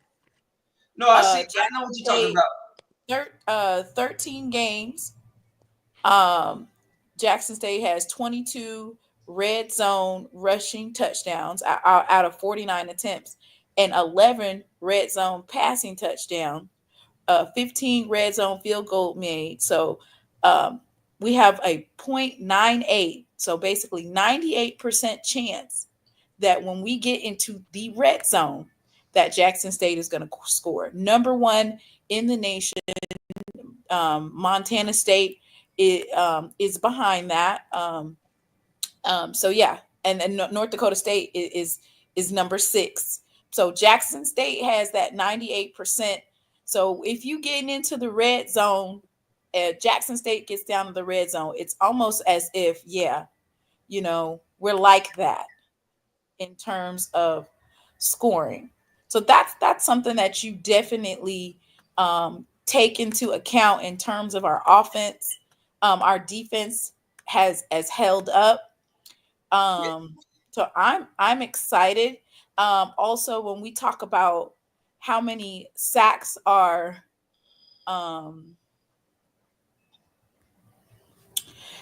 like going after the I want to say the rushing defense. This is going to be interesting for rushing defense. South Carolina State is 18. Jackson State is 19. And that's in all FCS, right? So this is it. Yes, in all of FCS, South Carolina State is 18 in the country. Jackson State is 19. So that means that South Carolina State usually only allows 3.46 yards per rush. Jackson State usually only allows 3.47 yards a rush. So what is that? Our rushing attack when it comes to Irv Mulligan, he's going to average 6 or 7 a carry. So this is one of the main core pieces of tomorrow's game that we're going to say is Jackson State going to be able to penetrate South Carolina State's offensive line and get past, offensive line, but the defensive line. Are they going to get between those defensive tackles? Irv Mulligan, he's the type that he'll bust right on through you, right? And he makes a way to find those holes and gaps and takes off. So we're going to see tomorrow if Jackson State is going to be able to penetrate that. If Jackson State is able to have a run game in tomorrow's game, then it's definitely going to nod in our favor. Now I'm going to tell you this. If South Carolina State has looked at tape, which I know they have, they've had 3 weeks. I'm not knocking them for it. I don't like it, but they know if they look at the Alabama State and Grambling game, if you blitz Jackson State, it's a lot harder for them to establish the run game. But also, if you blitz Jackson State, your quarterback, Morgan, during the Alabama State game, he found the underneath route with Marcus Debris grandson. And that young man, if he gets the ball in his hands, he's taking it to the house. It's gone. So it's a double-edged sword, but you gotta blitz Jackson State hard, fast in the first half. But if you sit there and give these Jackson State athletes time, especially in space, South Carolina State's gonna have problems. South Carolina State can throw the deep ball. That quarterback can throw. His wide receivers can run. But the pressure that Webb, Truth Thompson, and them other jokers can bring, Coach Quinn, and we all know on here, Coach Quinn know how to dial up a blitz. He knows how to get you out of your thing. But I'm afraid about them screens. That's the only thing that's gonna worry me tomorrow. because Jackson State are go getters. So Go ahead, I'm gonna say it like this: what we saw last week with McDaniel on a Chandler Whitfield. I think that he was on a Chandler Whitfield. Neutralized him. He didn't. I don't even think he caught a ball. I think he caught one ball last week. So if I'm Quinn, I put McDaniel back at cornerback and say go neutralize Caden High. You see zero, go make him earn. You know what I'm saying? Go make him earn his stripes. Yes. Now and then here's the other thing. You neutralize Caden High. I'm looking for those other receivers to try to beat me. I'm looking for Najee Carter and the other guy on the receiver, as a receiver to try to beat me. Because now I think you'll have Keefer Wiggins on Najee Carter, and whoever else is the other cornerback would be on the other receiver. And I would put Shamar Hawkins at safety, where you still get, and you still got enough people in your defensive backfield where you could just rotate in and out. And that's the best thing that we do as a team on the defense, that we rotate our defense in and out. So like you thinking that you're gonna get 4, 5, 6, 7 plays out of the same defense, same 4 linemen. You're gonna be crazy when you see power about another 4 come into the game, and that's how deep that is. Just like we was talking about, that's how deep this team is. That's how good our depth is, as far as on the defense go. Linebacker play has to be stellar. I would look for Ashton Taylor to cover Keyshawn Toney, South Carolina State's tight end, because they will try to utilize him also in this game too. So I will see him try to cover the tight end, and he's good at covering the tight end because he does have the wherewithal and the ability, the makeup speed to catch up to players. And if you don't know what I'm talking about, I think it was the game against. Let's go back to the Alabama State game. Kareem Key throws a ball deep down the middle. I seen Ashton was in his stance, backpedaled, and he literally ran to the ball. Like he ran to the spot where I think it was a receiver at.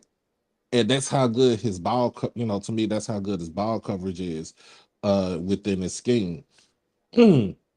But we also, when it comes to the offense, everything is going to be predicated on the run.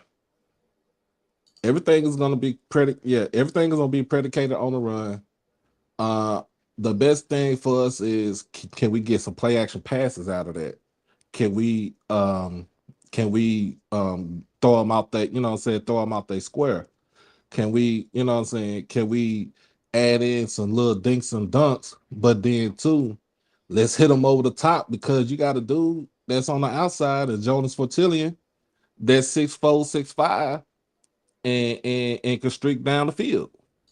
So, you know what I'm saying? I mean to cut y'all, but to me, Fortillion is going to be a big piece tomorrow. And the reason why I say that, I know South Carolina State's going to stack the box.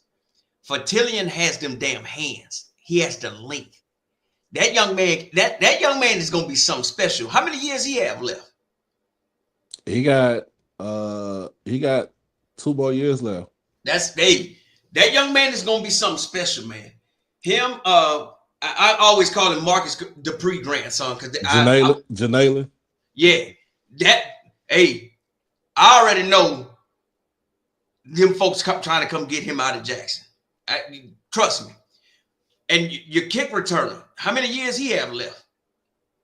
Oh, you talking about Travis? Yeah. Oh, he a true freshman. Good luck keeping him, man.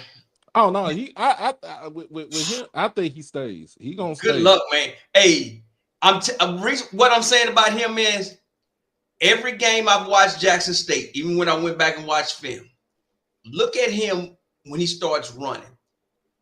Just about every damn time, he's one block or one tackle away of taking it to the house. So if they kick the ball to him, they crazy. I would rather kick the ball out of bounds if I'm kicking off after a touchdown. If I'm punting, I'm angling out of bounds. Because that young man has the ability not only to take it to the house, but he can put that offense in a comfortable position on the other side of the 50 every return. You got to watch that little dude, man. Man, so good luck keeping him. That's all the thing I can say about that, man, because that type of talent, man, that's what happens when these what you call power, whatever, 4 or 5, they sleep on somebody like him. But then when they go back and watch film at the end of the year, or they looking at highlights and they be like, damn, okay, we can try to go get this guy. I hope now, trust me, I don't want nobody to leave. I don't want your coaches to leave, no nothing. I want to see another dynasty in the SWAC. I don't care who it is, but right now, Jackson State has the nucleus. I want to see back like the 70s and 80s when I can look at the in history from 10, 15 years from now and see one SWAC school running the table like Grambling and Jackson State did in the 70s and 80s. And the reason why I want to say that, the reason why I'm saying that, because I want to see those players go from the SWAC to the NFL. That's what I want to see. And I believe TC Taylor he's starting something right now. Because y'all recruiting class coming in, that ain't nothing to sneeze at. And the only other recruiting class I've seen that has something similar, well, not athletic wise, but player wise, is Texas Southern. Everybody else, Alabama State has a little bit, but not like Jackson State has. So keep these players up in here, man. I think what we got going with the players that we got coming in, you know, we did have early signing period last week. The best thing now is TC is tapping into the Atlanta area. Yes. And of course, you know, he got Travis Terrell and Brian Bam Williams from Creekside out of Atlanta. Now he going over to Langston Hughes and getting players out of there. Like he's doing a good job. You know, of course he's going to, you know, he's going to stay in state in Mississippi, get his JUCO guys, get his high school guys. I think when we have the regular signing day period, you know, signing period in February, that's when you're gonna see the plethora of players come from all, you know, almost all over. You know, he's been going into Texas where I'm at. He's doing the Louisiana, he's doing the Tennessees, the Arkansas, the Alabamas, the Floridas, the Georgias, you know, going up, you know, into the Midwest and getting players. And then of course, let's not forget, it's 6,000 players in the transfer portal right now. Right, yeah, that portal, man. He's going to go. Guess what he's going to do? Because there's going to be some kids out this team, you know, win or lose, right? Win or lose. There's going to be some kids out this team that might jump in the portal. I'm not saying that they are or not like that. I said they might. I don't want nobody to say, well, they said he's going to jump. No, I say they might. But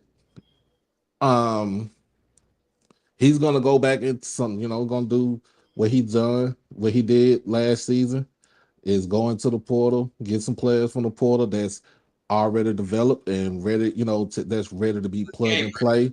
That's game ready. He's not, you know, like you said, he ain't taking nobody from the portal. They ain't got no game film.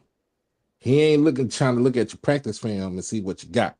He looking for, have you played in a game? Do you have the stats to back up the reason why you're going into this portal? Like if our TC for next season, I'm going to get Kobe Dillon out of the portal from Southern. He just went on the portal, I think yesterday. The linebacker from Grambling, Andrew Jones. Yeah, Andrew Jones. Yeah. I think he's going P4. Can I speak on that portal? I think he's either going P4 or he's going group of 5. Can I speak on that portal right quick, man? Go ahead, brother. Go ahead. I'm gonna tell you something, man. Folks need to talk to these young men about going in that portal. There you go. Say it again. Say it again. Say it again, bro. When I say I ain't just, I'm wishing them luck, but folks need to talk. I was listening to All Corner's sister, the one who they Timona made his picture go viral. Talking about Coach Fred. He was on the Blue Blood. He was on Blue Bloods, right? And he wouldn't call the player name, but he said it was a player with Alcorn that had a last year that had an NFL grade. Scouts was looking at it. At worst, he was gonna get a try. Say some schools was calling him, guaranteeing him $5,000 a month, right?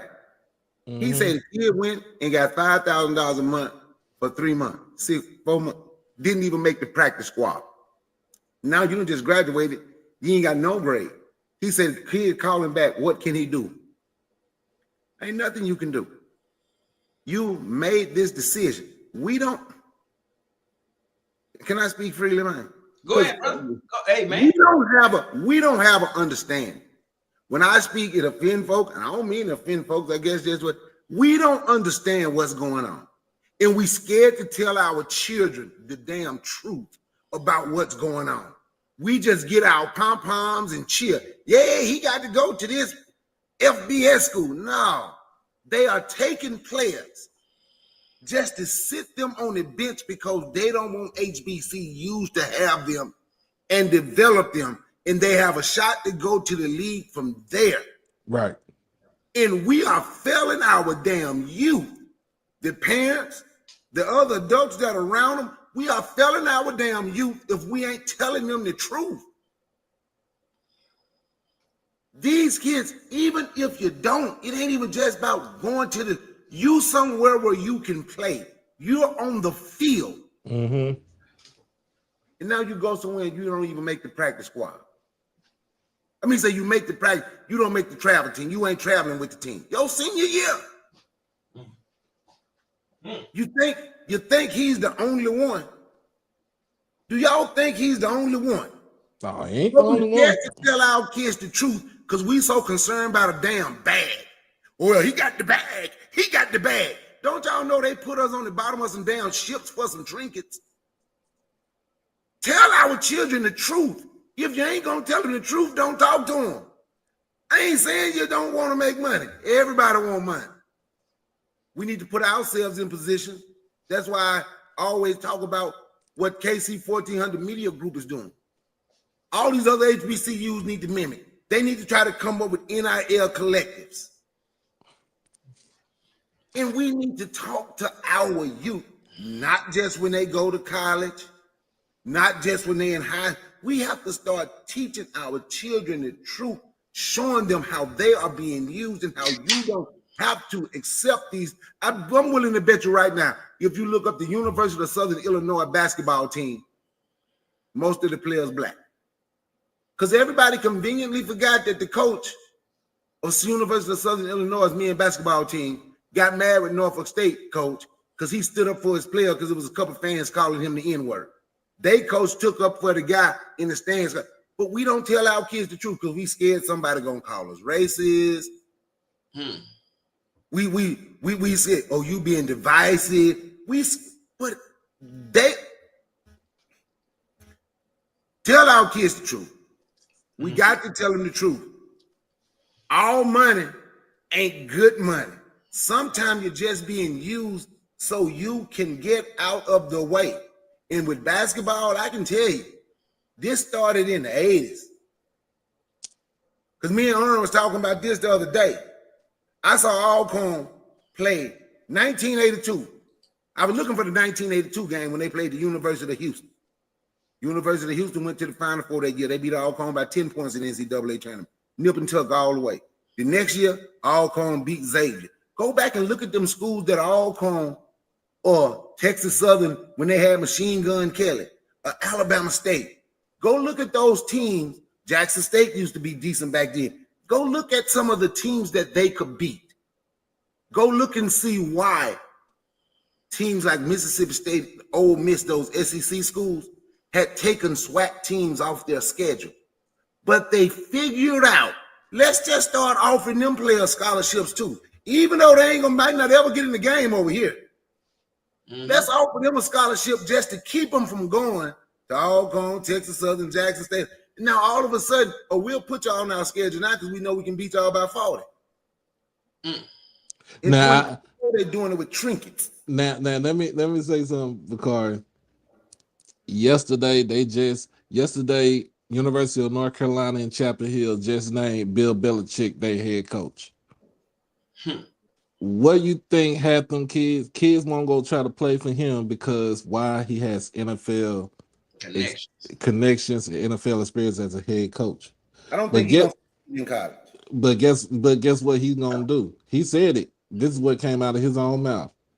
He said he is treating UNC like it's the NFL. He is going to evaluate you like you're in the NFL because if this is what you're trying to do, you know what I'm saying? If this is going to be your business for maybe 5, 6, 7, 8 years, however long you want to be playing, he's going to treat you like you are an NFL player. So that means when you go out there, if you go out there and if you late, he's gonna evaluate. He's gonna mark it down. And at the end of his evaluation, guess what? He's gonna say, hey, in that spring game, he's gonna say, hey, I like you as a person, but guess what? You gotta go somewhere else. You gotta go somewhere else. Yeah. He's treated like an NFL. So these kids gotta understand, you jump into that transfer portal, right? It's gonna be you're gonna have to be treated like you are a pro already. Because you're looking for most of the kids are looking for a bag. They looking for a bag. Like example, Malachi Nelson, quarterback. He was supposed to be at USC, right? Under Lincoln Riley. He got beat out by Caleb Williams last year. And he decided to transfer. He went to Boise State. He thought he would have the job at Boise State. And guess what? He got beat out by what's the kid's name? Maddox Madsen, whatever. I forgot his last. I mean, I know his last name is Madsen. Maddox Madsen. Yeah. Got beat out by him. Guess what he doing now? He jumped right back into that portal. Because here's the thing. Some of these kids get scared of competition. Because they think when they was in high school, they was the man in high school, but hey, guess what? It's over 100 dogs on a squad that's better than you. And they just as hungry as you. They just as hungry as you are. If you are hungry. If you want some kibbles, and bits, or you want to go hunt your food. Most of those kids out there are going to go hunt their food. They're going to go out there and grind because it's the fact that this is what they're trying to be. But if you just going out there just looking for kibbles and bits, you're going to keep jumping in the portal. You're going to keep jumping in that portal. Yeah. Like Kevin Coleman. He was at Louisville. I mean, he was at Jackson State, jumped in the portal, went to Louisville. He didn't get on that much production at Louisville. He jumped in the portal, came back to Mississippi, went to Mississippi State. He had almost 1,000 yards this past season, and guess what he doing? He jumped right back in the portal.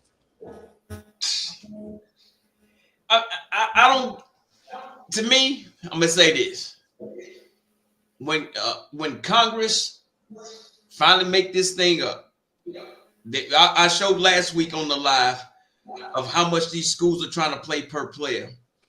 It's like the big schools offering like $169,000 a year for some of these players. But you're gonna have to get some type of regulations. And I understand that a coach can go from school to school to school if he wanted to. but he's getting compensated for that. But when you have players now that have played at, some of them have played at 4 different colleges, what are you really setting yourself up, young man, for? Do you really think the NFL is even going to look at you? Well, a lot of it is these boys are promised certain things That's at true. these Power 5 divisions, at the Power 4 Group of 5, and they do not receive what they're promised, even at the highest level. I think Texas A&M is a great over $750,000 measuring stick for mediocre players. Are promised certain things, and then they'll come out and say, "I didn't even get what I was promised. I haven't seen a dime." So I think that, like we just saw, Bill Belichick gets named as the head coach to a program that's not really known for football, but his NIL deal or his package, I want to say they're giving him $20 million. Yeah, that's correct. They give him 20. They jumped it from $5 million to $20 million as far as a collective. So you got to find players that, you know, at the HBCU level, you do have to have some sort of compensation package, but I'll stand on this. The HBCU culture, the fans, making it like a family, those are some things that are important to maintaining your roster. Winning is important to being able to maintain your roster. We've seen it time and time again. Some of these kids do go and then they end up sitting on the bench. Now that they have limited the rosters, I think we're going to see this kind of self-correcting over time, because you can only have a limit of 105. Like, you can't go over that. So I think that they're going to be able to limit the amount of movement, especially after this one, when folks don't get picked up and they have to go to FCS or D2, Division 2 or D3. I think that it'll definitely straighten them out. And then they've also made it so hard because you only give them 30 days. What if they want to play in their bowl game first and then go into the transfer portal? So they've made it kind of impossible for these young men, because you have to basically sacrifice being on your team and playing in a bowl game to go into the transfer portal. And now you don't get to participate, whereas you might have won a ring or whatnot. So it'll be interesting to see. I think that having some sort of NIL collective at the HBCU level, we're not talking hundreds of thousands of dollars, but being able to supplement those young men to where they are satisfied, or they don't have to necessarily go work a summer job. Yes. They can volunteer their time, or they can focus on their craft, which is strength and conditioning. As long as you have those types of NIL deals, I think that those are things that HBCUs can use. Now, this is something that I do not like. I'm gonna tell y'all this. We remember early in the season, the quarterback from UNLV, Matthew Sluka, he played the first 3 games, and then he decided to jump in the portal because he was promised, like Timona was saying, he was promised compensation, full compensation, but he only got partial, right? And we thought, and people thought, well, because they like, well, he's entering the portal, they're not going to be good. We got another kid that had jumped in the portal that went to UNLV named Haj Malik Williams, came from Campbell. We all saw him. We saw him when we played him 3 years ago, right? Close to 3 years at homecoming. He takes the team, puts it on his back, and they went to the Mountain West Conference Championship, even though they lost to Boise State. But he took the team and led them to a to a conference championship game appearance. And to me, I'm like this. You talking about playing the first 3 games, and then you jumping in the portal.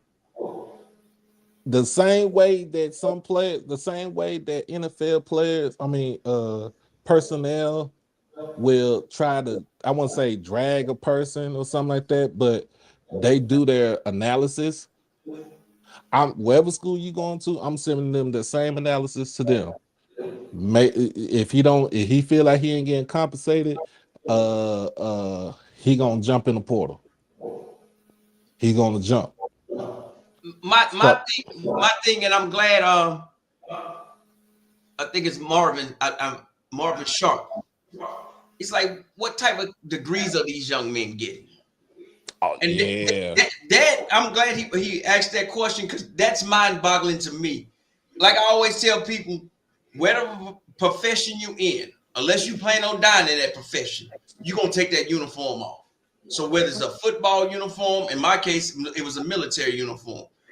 What type of degree you gonna have, and what are you gonna do after that? I was telling Bakari, brother Bakari, earlier when we talked on the phone, when I was in Atlanta, it was years back, and coming off the airport, and I had a shirt on said HBCU. He was like, man, I should have went to a HBCU.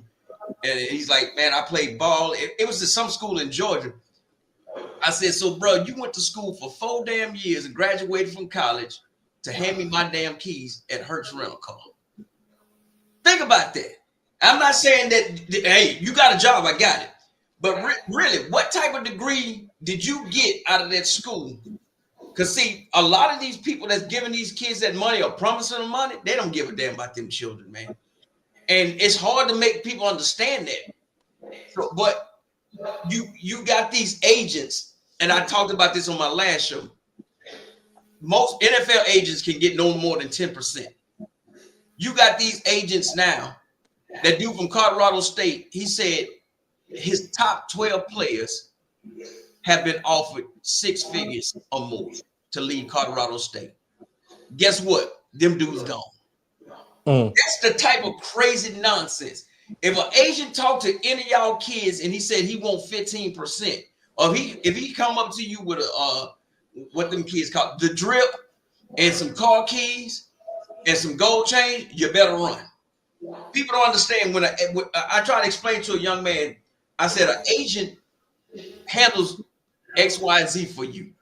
But whatever he gives you, you have to pay it back.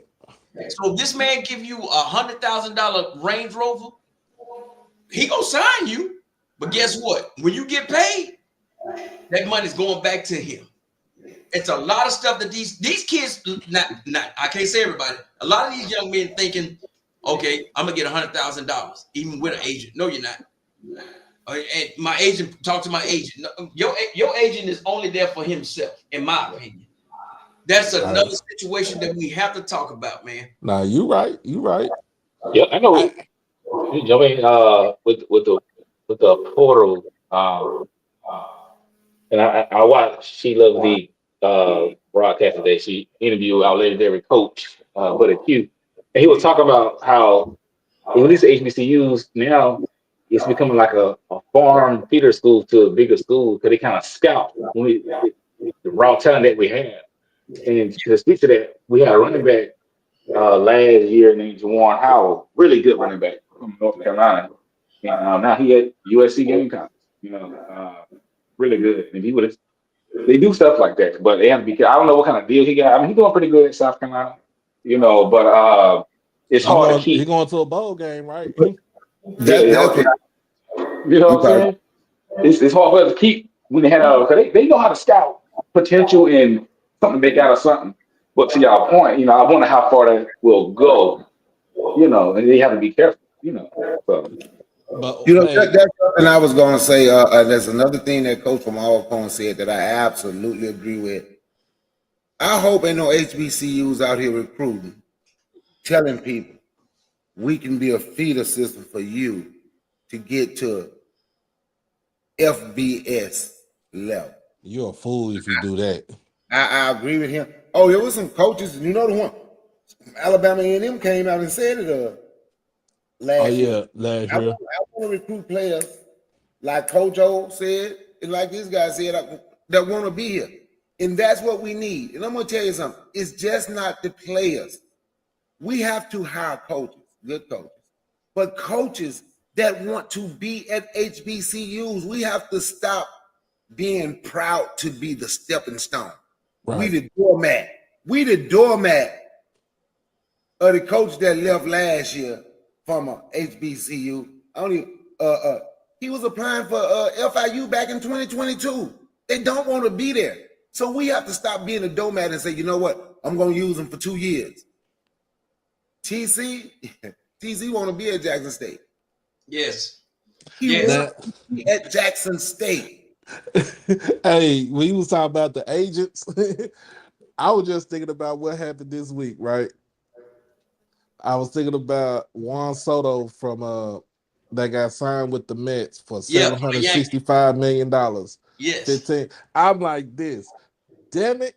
If I want to be an agent, I want to be a damn baseball. I want to be a representative for a baseball player. You know how much money you're gonna get with top players like that? Just the 10% off of that. Yeah. And this is you getting a cut every year, man. We also need to tell our young men and our young women too, women's college back, that all them players there's a whole lot of players ain't getting nothing. Yep. They putting up the players that get million, that's getting 200,000-300,000. But did you see the guy last year? I want to say he was at Florida. People don't talk about the people that's getting $500 a month, $600 a month. The one guy from Florida, I think he was getting $1,000, $1,200 a month. He signed with an agent. Ain't nobody talking to him. Ain't talking to parents. Nothing. This dude done signed a contract in everything he do for the next 20 years. That agent get part of it. Bingo. Oh, you talking about the dude from Florida, right? Yeah. Bingo. Because ain't nobody talking to him. I understand we're in a position. I understand that we've been put in a position through everything that happened. And economically, we want to, financially, we want to catch up. But somebody put in a chat talking about they short-sighted, looking at what they can get now, but ain't concerned about the future. But basically, I'm paraphrasing. I can't remember exactly what it said. But that's basically what it is, and ain't nobody talking to them. Don't nobody want to talk about those players. We want to talk about, oh, man, Shadur Sanders getting $3 million. Oh, man, Travis Hunter getting this. Oh, man, the guy from Michigan got $10 million. Oh, man, what about the ones that getting $1,000? Man. What about the ones that getting $500? It's going to be way more them than the ones that getting $200,000-300,000, or the ones that getting $2 or $3 million. Oh, yeah. See, that's why. Way more than other ones. See, that's why when I shared the endowment, I mean, not endowment, what they're proposing to Congress to get these players, you gonna have a Georgia player that's gonna get $125,000, but then you that they went all the way down to North Dakota, they only gonna get $3,000. So it's damned if you do, damned if you don't. But one thing that I had to give the SWAC credit for, they have introduced that class where you have to take a financial literacy class.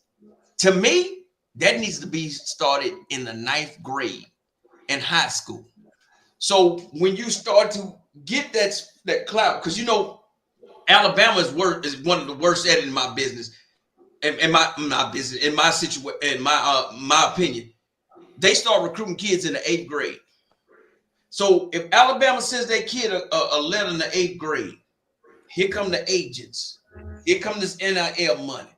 So by the time he gets in the 9th grade, start learning financial literacy, he won't have himself stuck in the bind. Because trust me, some of these kids that signing this NIL money, they are not even going to realize it. You're going to be tied to this man, just like that dude from Florida, for a long time. And you are not going to be making that type of money that you think you ain't going to make it. And anytime you want to fire that agent or get mad at him, he just going to throw you another car or some other jewelry or another suit. And some of these kids is just a damn pair of shoes now. So we definitely got some work to do, man. And let me say this before. I'm going to tell you something else. If y'all got children, if y'all got kids that's high school age, finna go to college, and people looking at them, I'm gonna tell you where the pimping started. The pimping ain't started with NIL. People got mad with me when I used to say this all the time. Stop letting a coach guide your son. A single mother with a child is a coach's dream. Yep. Because they feel she don't know. Oh, your player gonna get, and I saw this when my son was in high school. I saw his coach have an attitude with me. I didn't care. Because he's trying to guide my son somewhere where he wanted him to go. I'm like, dude, that's my son. Yeah, but I think it's best. I know why you think it's best. My exact words, I know why you think it's best. You're a black man. You don't have not one HBCU card in your office. You don't talk to no black colleges. You come to tell me his exact words. I know y'all want to do that Jackson State music, but I'm telling you now, it's these schools over here. I know why you telling me about those schools. He don't want to go to those schools over there. He don't want to go to those schools. Go back and look at Amari Stoudemire. Look how much money people made off him. While he was getting, the pimping been going on for a long time. Mm-hmm. Now, I'm glad to see some of these folks get some of their money, but the pimping still going on because the other ones that just over there sitting on the bench that could be somewhere getting playing time, getting valuable playing time, learning, and could turn out to be good. Somebody told them being here is better. Being here is better. Being here is better. Sitting over here on Mississippi State bench is way better than playing 4 years at Jackson State. We Mississippi State. We been to the Final Four in basketball. Hey, Bakari, look at it like this now. Look at it with Southern Miss. They just got the coach from Marshall, right? Mm-hmm. And guess what? They gonna try to tell him guess who they're gonna try to tell him he gotta out recruit. DC, I just talked about that. He gotta out recruit Jackson State. His success. I said it earlier, and I'm gonna say it again for the people that wouldn't hear. His success and Willie Simmons' success. Their success is the decline of Jackson State and FAMU. Their success is the decline of HBCU. People don't like to hear me say that, especially publicly, because they black and we got the poor. That's true. That's true. And they finally got a chance. Look, I'm not saying they are part of the scheme. I'm not saying Willie and whatever that coach name who went to Hampton is part of the scheme. That's not what I'm saying. But it's amazing how a coach, watch this, Doc, because you mentioned him. He won his conference 4 years. Me say he coached 4 years at Marsh. He won his conference 2 times. He had 2 10-win seasons in 4 seasons. He went to 4 straight bowl games. And beat Notre Dame too. Now watch this. But the college he was at did not offer him an extension. And somehow, some way, he ended up at Southern Mississippi. Y'all can think it a coincidence if you want. So the only thing I'm saying is when we say we want him to succeed, trust me, you want to see yourself fail. And I'm not saying he's part of the scheme. It's the powers that be that's part of the scheme that's doing it. So if I pull for him, oh man, I want him to go out here and win 10 games. I want Southern Miss to be in there like Boise State. That means I want Jackson State to fail. That means I don't want Alcorn to get nothing. That means I don't want, and y'all don't laugh at my Valley no more either. That means I don't want Valley to get nothing. I don't want Southern to get nothing. I don't want Grambling to get nothing. I want this man to be able to come in here and just take all the 3 stars that was going to Jackson State. Mm-hmm. Hey, fellas, let me cut in real quick. Just want to say I appreciate y'all. I'm about to head out. We just got to the A. It's been good debating with y'all in enemy territory. But shout out Jackson State. Shout out to Coach TC Taylor. Nothing but respect from over here. And go Dogs. All right, man. You have a good one, man. And I'm glad you came, man. And best of luck tomorrow, man. And nothing personal, but I hope Jackson State whoop y'all ass. All right. All right, brother. Thank you.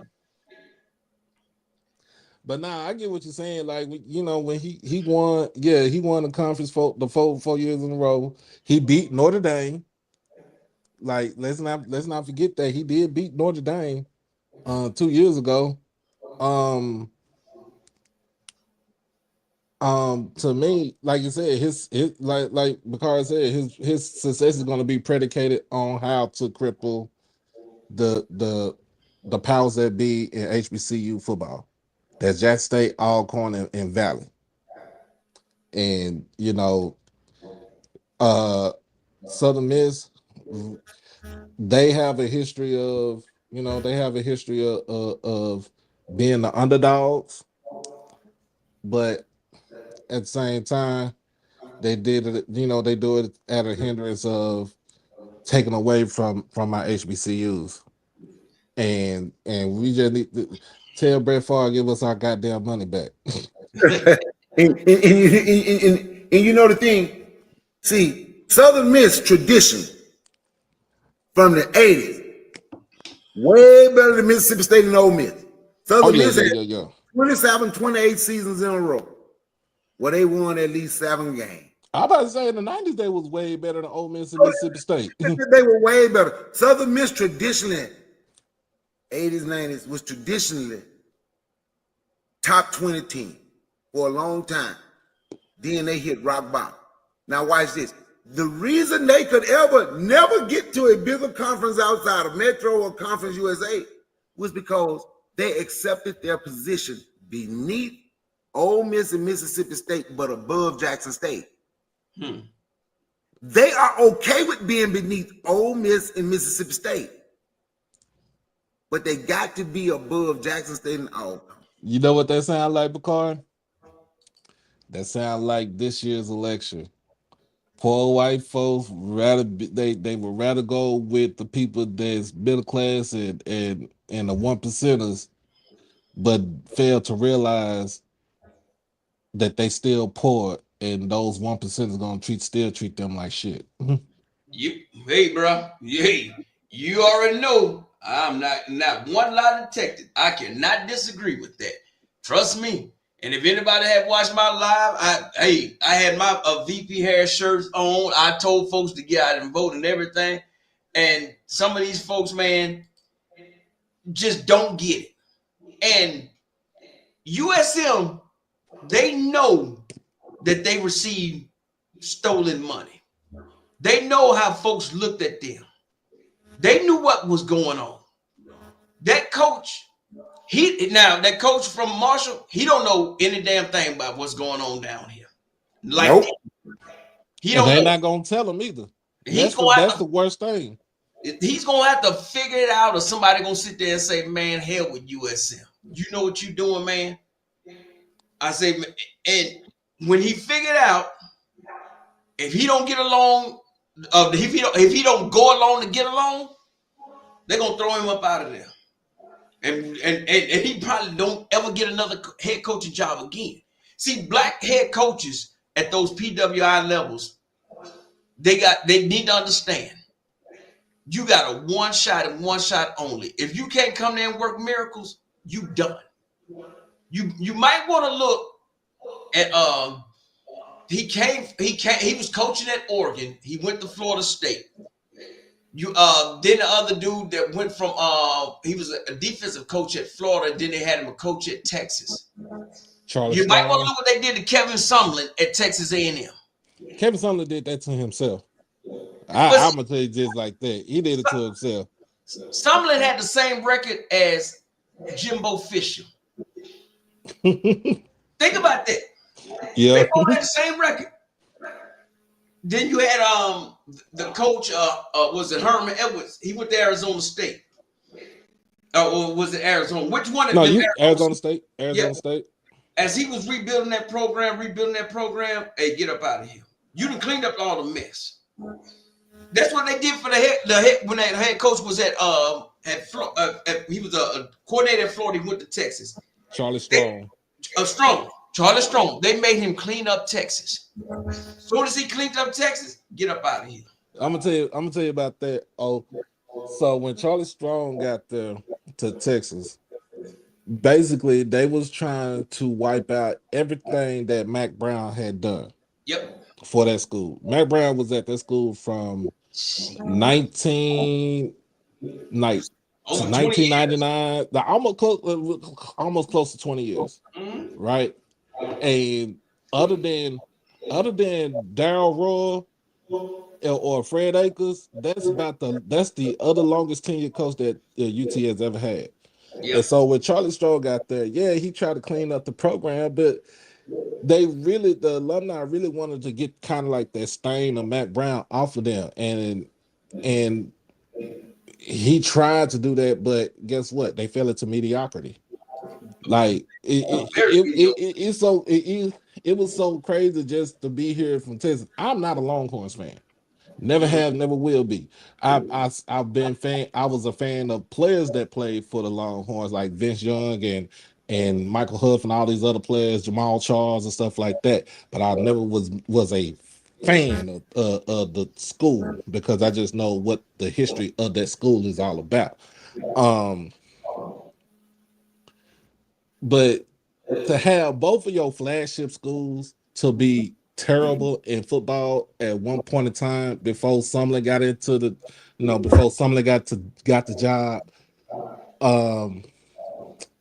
it just says a lot. It just says a lot. And it was just I'm gonna say this, man, and then I got to get out of here because I got to go to the VFW. But I'm gonna say this, man, and I thank everybody for joining, leaving comments. Please like the stream before you leave. I'm telling you this: if we don't get our stuff together, if you're a black-owned business or a black-owned investor, or you're a black-owned stock trader, whatever your profession may be, where you have extra cash that you know you have. If you do not start investing into these HBCUs, we ain't gonna last long with this NIL money. I'm so disappointed in the Michael Jordan brand right now.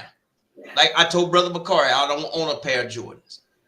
But if you can come to New Mexico, and I had the video on my live, if you come to New Mexico and recruit the 30th best college player on your NIL deal, but you have not recruited one SWAC player, football or basketball, for an NIL deal, and don't give me that shit about the logos, because if you do it right, in my opinion, every single one of the 12 SWAC schools should have the Jumpman logo on your thing.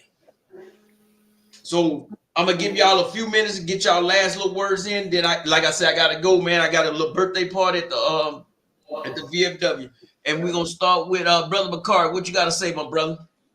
Man, I just thank you for letting me come on, speak on your panel. Enjoy talking to you. Peace to Timona. I'm so proud of you. I see how your channel is growing, but I'm so proud of you. The knowledge you gained from football, and I can tell you've been studying, and I'm so proud of you. I'm glad to see you grow.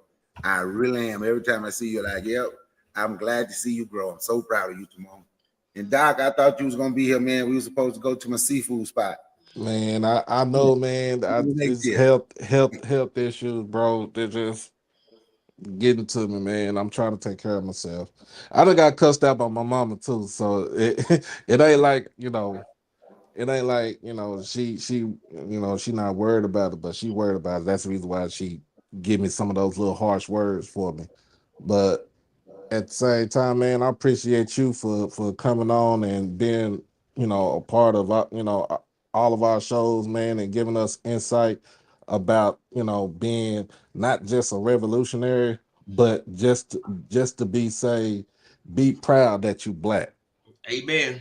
Yes, sir. I'm messing it. Timona, you still there? I think I'm here. I had to go get some food from downstairs. Okay, last word, sweetheart, because I got to go to the birthday party at the VFW. I'm old, so. All right. I did not doze off. I am not a Mr. Ford Jr. I'm looking forward to tomorrow. I want to thank everybody for tuning in today and having the opportunity to interview the Jackson State coaches and the players. And not only that, I also was able to interview the legendary Buddy Pugh. I am ready for tomorrow. You getting ready to go party? I'm getting ready to go to bed because I got to be up early in the morning. So yes, I'm excited. And I'm ready for bed. And I'm gonna have to check your. I'm gonna have to check your. I'm gonna have to check your live out, Simona. I missed everything because I've been asleep all day mostly. Well, just take care of yourself, Doc. Take care of yourself and your health. I am, and I'm gonna get my last spill. There, you gonna party out there, bro. But man, like I said, appreciate you for letting me join, coming up here and talk and speak. And also you coming on to the show last week, and chopping it up with us about the game and stuff. It just like I said, it sucks not to be down there in Atlanta, but like I said, my health is pretty much worth everything because anything that would have happened to me while I was there and trying to get the adequate care, I wouldn't know what to tell my kids. So I just had to make that conscious decision just to stay at home, even though I was so upset. But Timona, man, look, we've been rocking for 2 years straight. We started out, you started out with me, and I'm glad and I'm happy that you flourish and you are prospering in what you are doing. And then, like I said, Bakari, man, thank you for teaching us how to, to love ourselves, and to love our blackness, and to always the historian of the SWAC, man. Look, appreciate you for letting me join up here, and I appreciate everybody for understanding where I'm coming from. But at the end of the day, it's still death, taxes, and JSU by 40 on my mama. All right, on my mama. All right, thank y'all. I'm gonna start removing y'all off the live, and I really appreciate y'all. And where's how you get this? Okay, and I gotta put this thing on here. Hey, thank you all for coming. Thank you all. We've been on live for 2 hours and 31 minutes, and I appreciate y'all. Like I said, I'm going to the birthday party, my own birthday party at the VFW. Yes, I'm old, and we get down, and we gonna shake a little tail feather. But I gotta get up in the morning, and look, this is what we tailgating with Orange G, and this is what I'm making. Where's this at? Okay, this is what I'm from Louisiana, baby, and this is how we do it. And this is what we're gonna be making tomorrow. It's called Louisiana Alligator Creole Stew.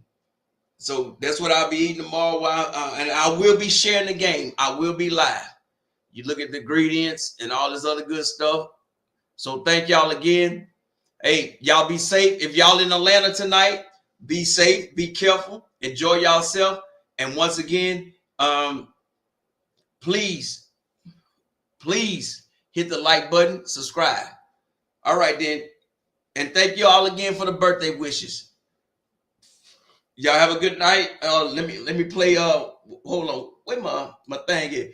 This my jam. I'm gonna send y'all out on this one. Hey, player, what you gonna get for Christmas? Yeah. What you gonna get that for? Come on. What you gonna get for Christmas? Yeah. What you gonna get that for?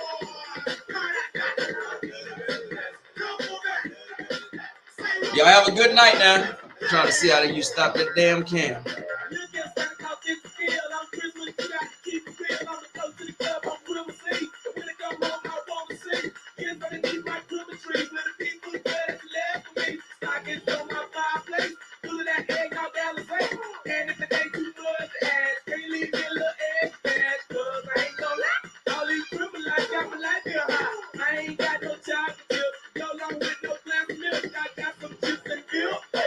Too late to steal, baby. I'ma leave it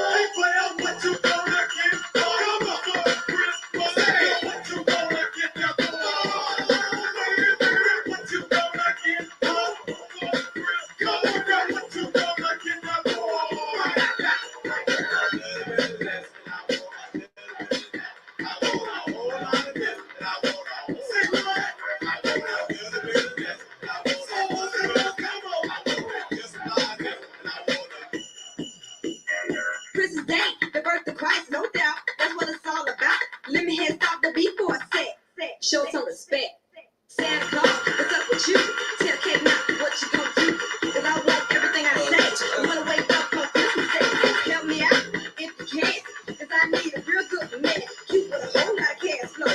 Stand underneath my mistletoe. There ain't no ifs, ands, or no buts. Don't fill my stocking up with a lot of shoes, a lot of clothes, a lot of cash, a lot of gold. Cake to the knock, want a lot of stuff. So if you think you got enough, get ready. Cause my Christmas list go look like this. I want $1,200, 11 pair of shoes, 10 fingernails, 9 pack of weed, 8 nails, 7 bucks, past 6 diamond rings.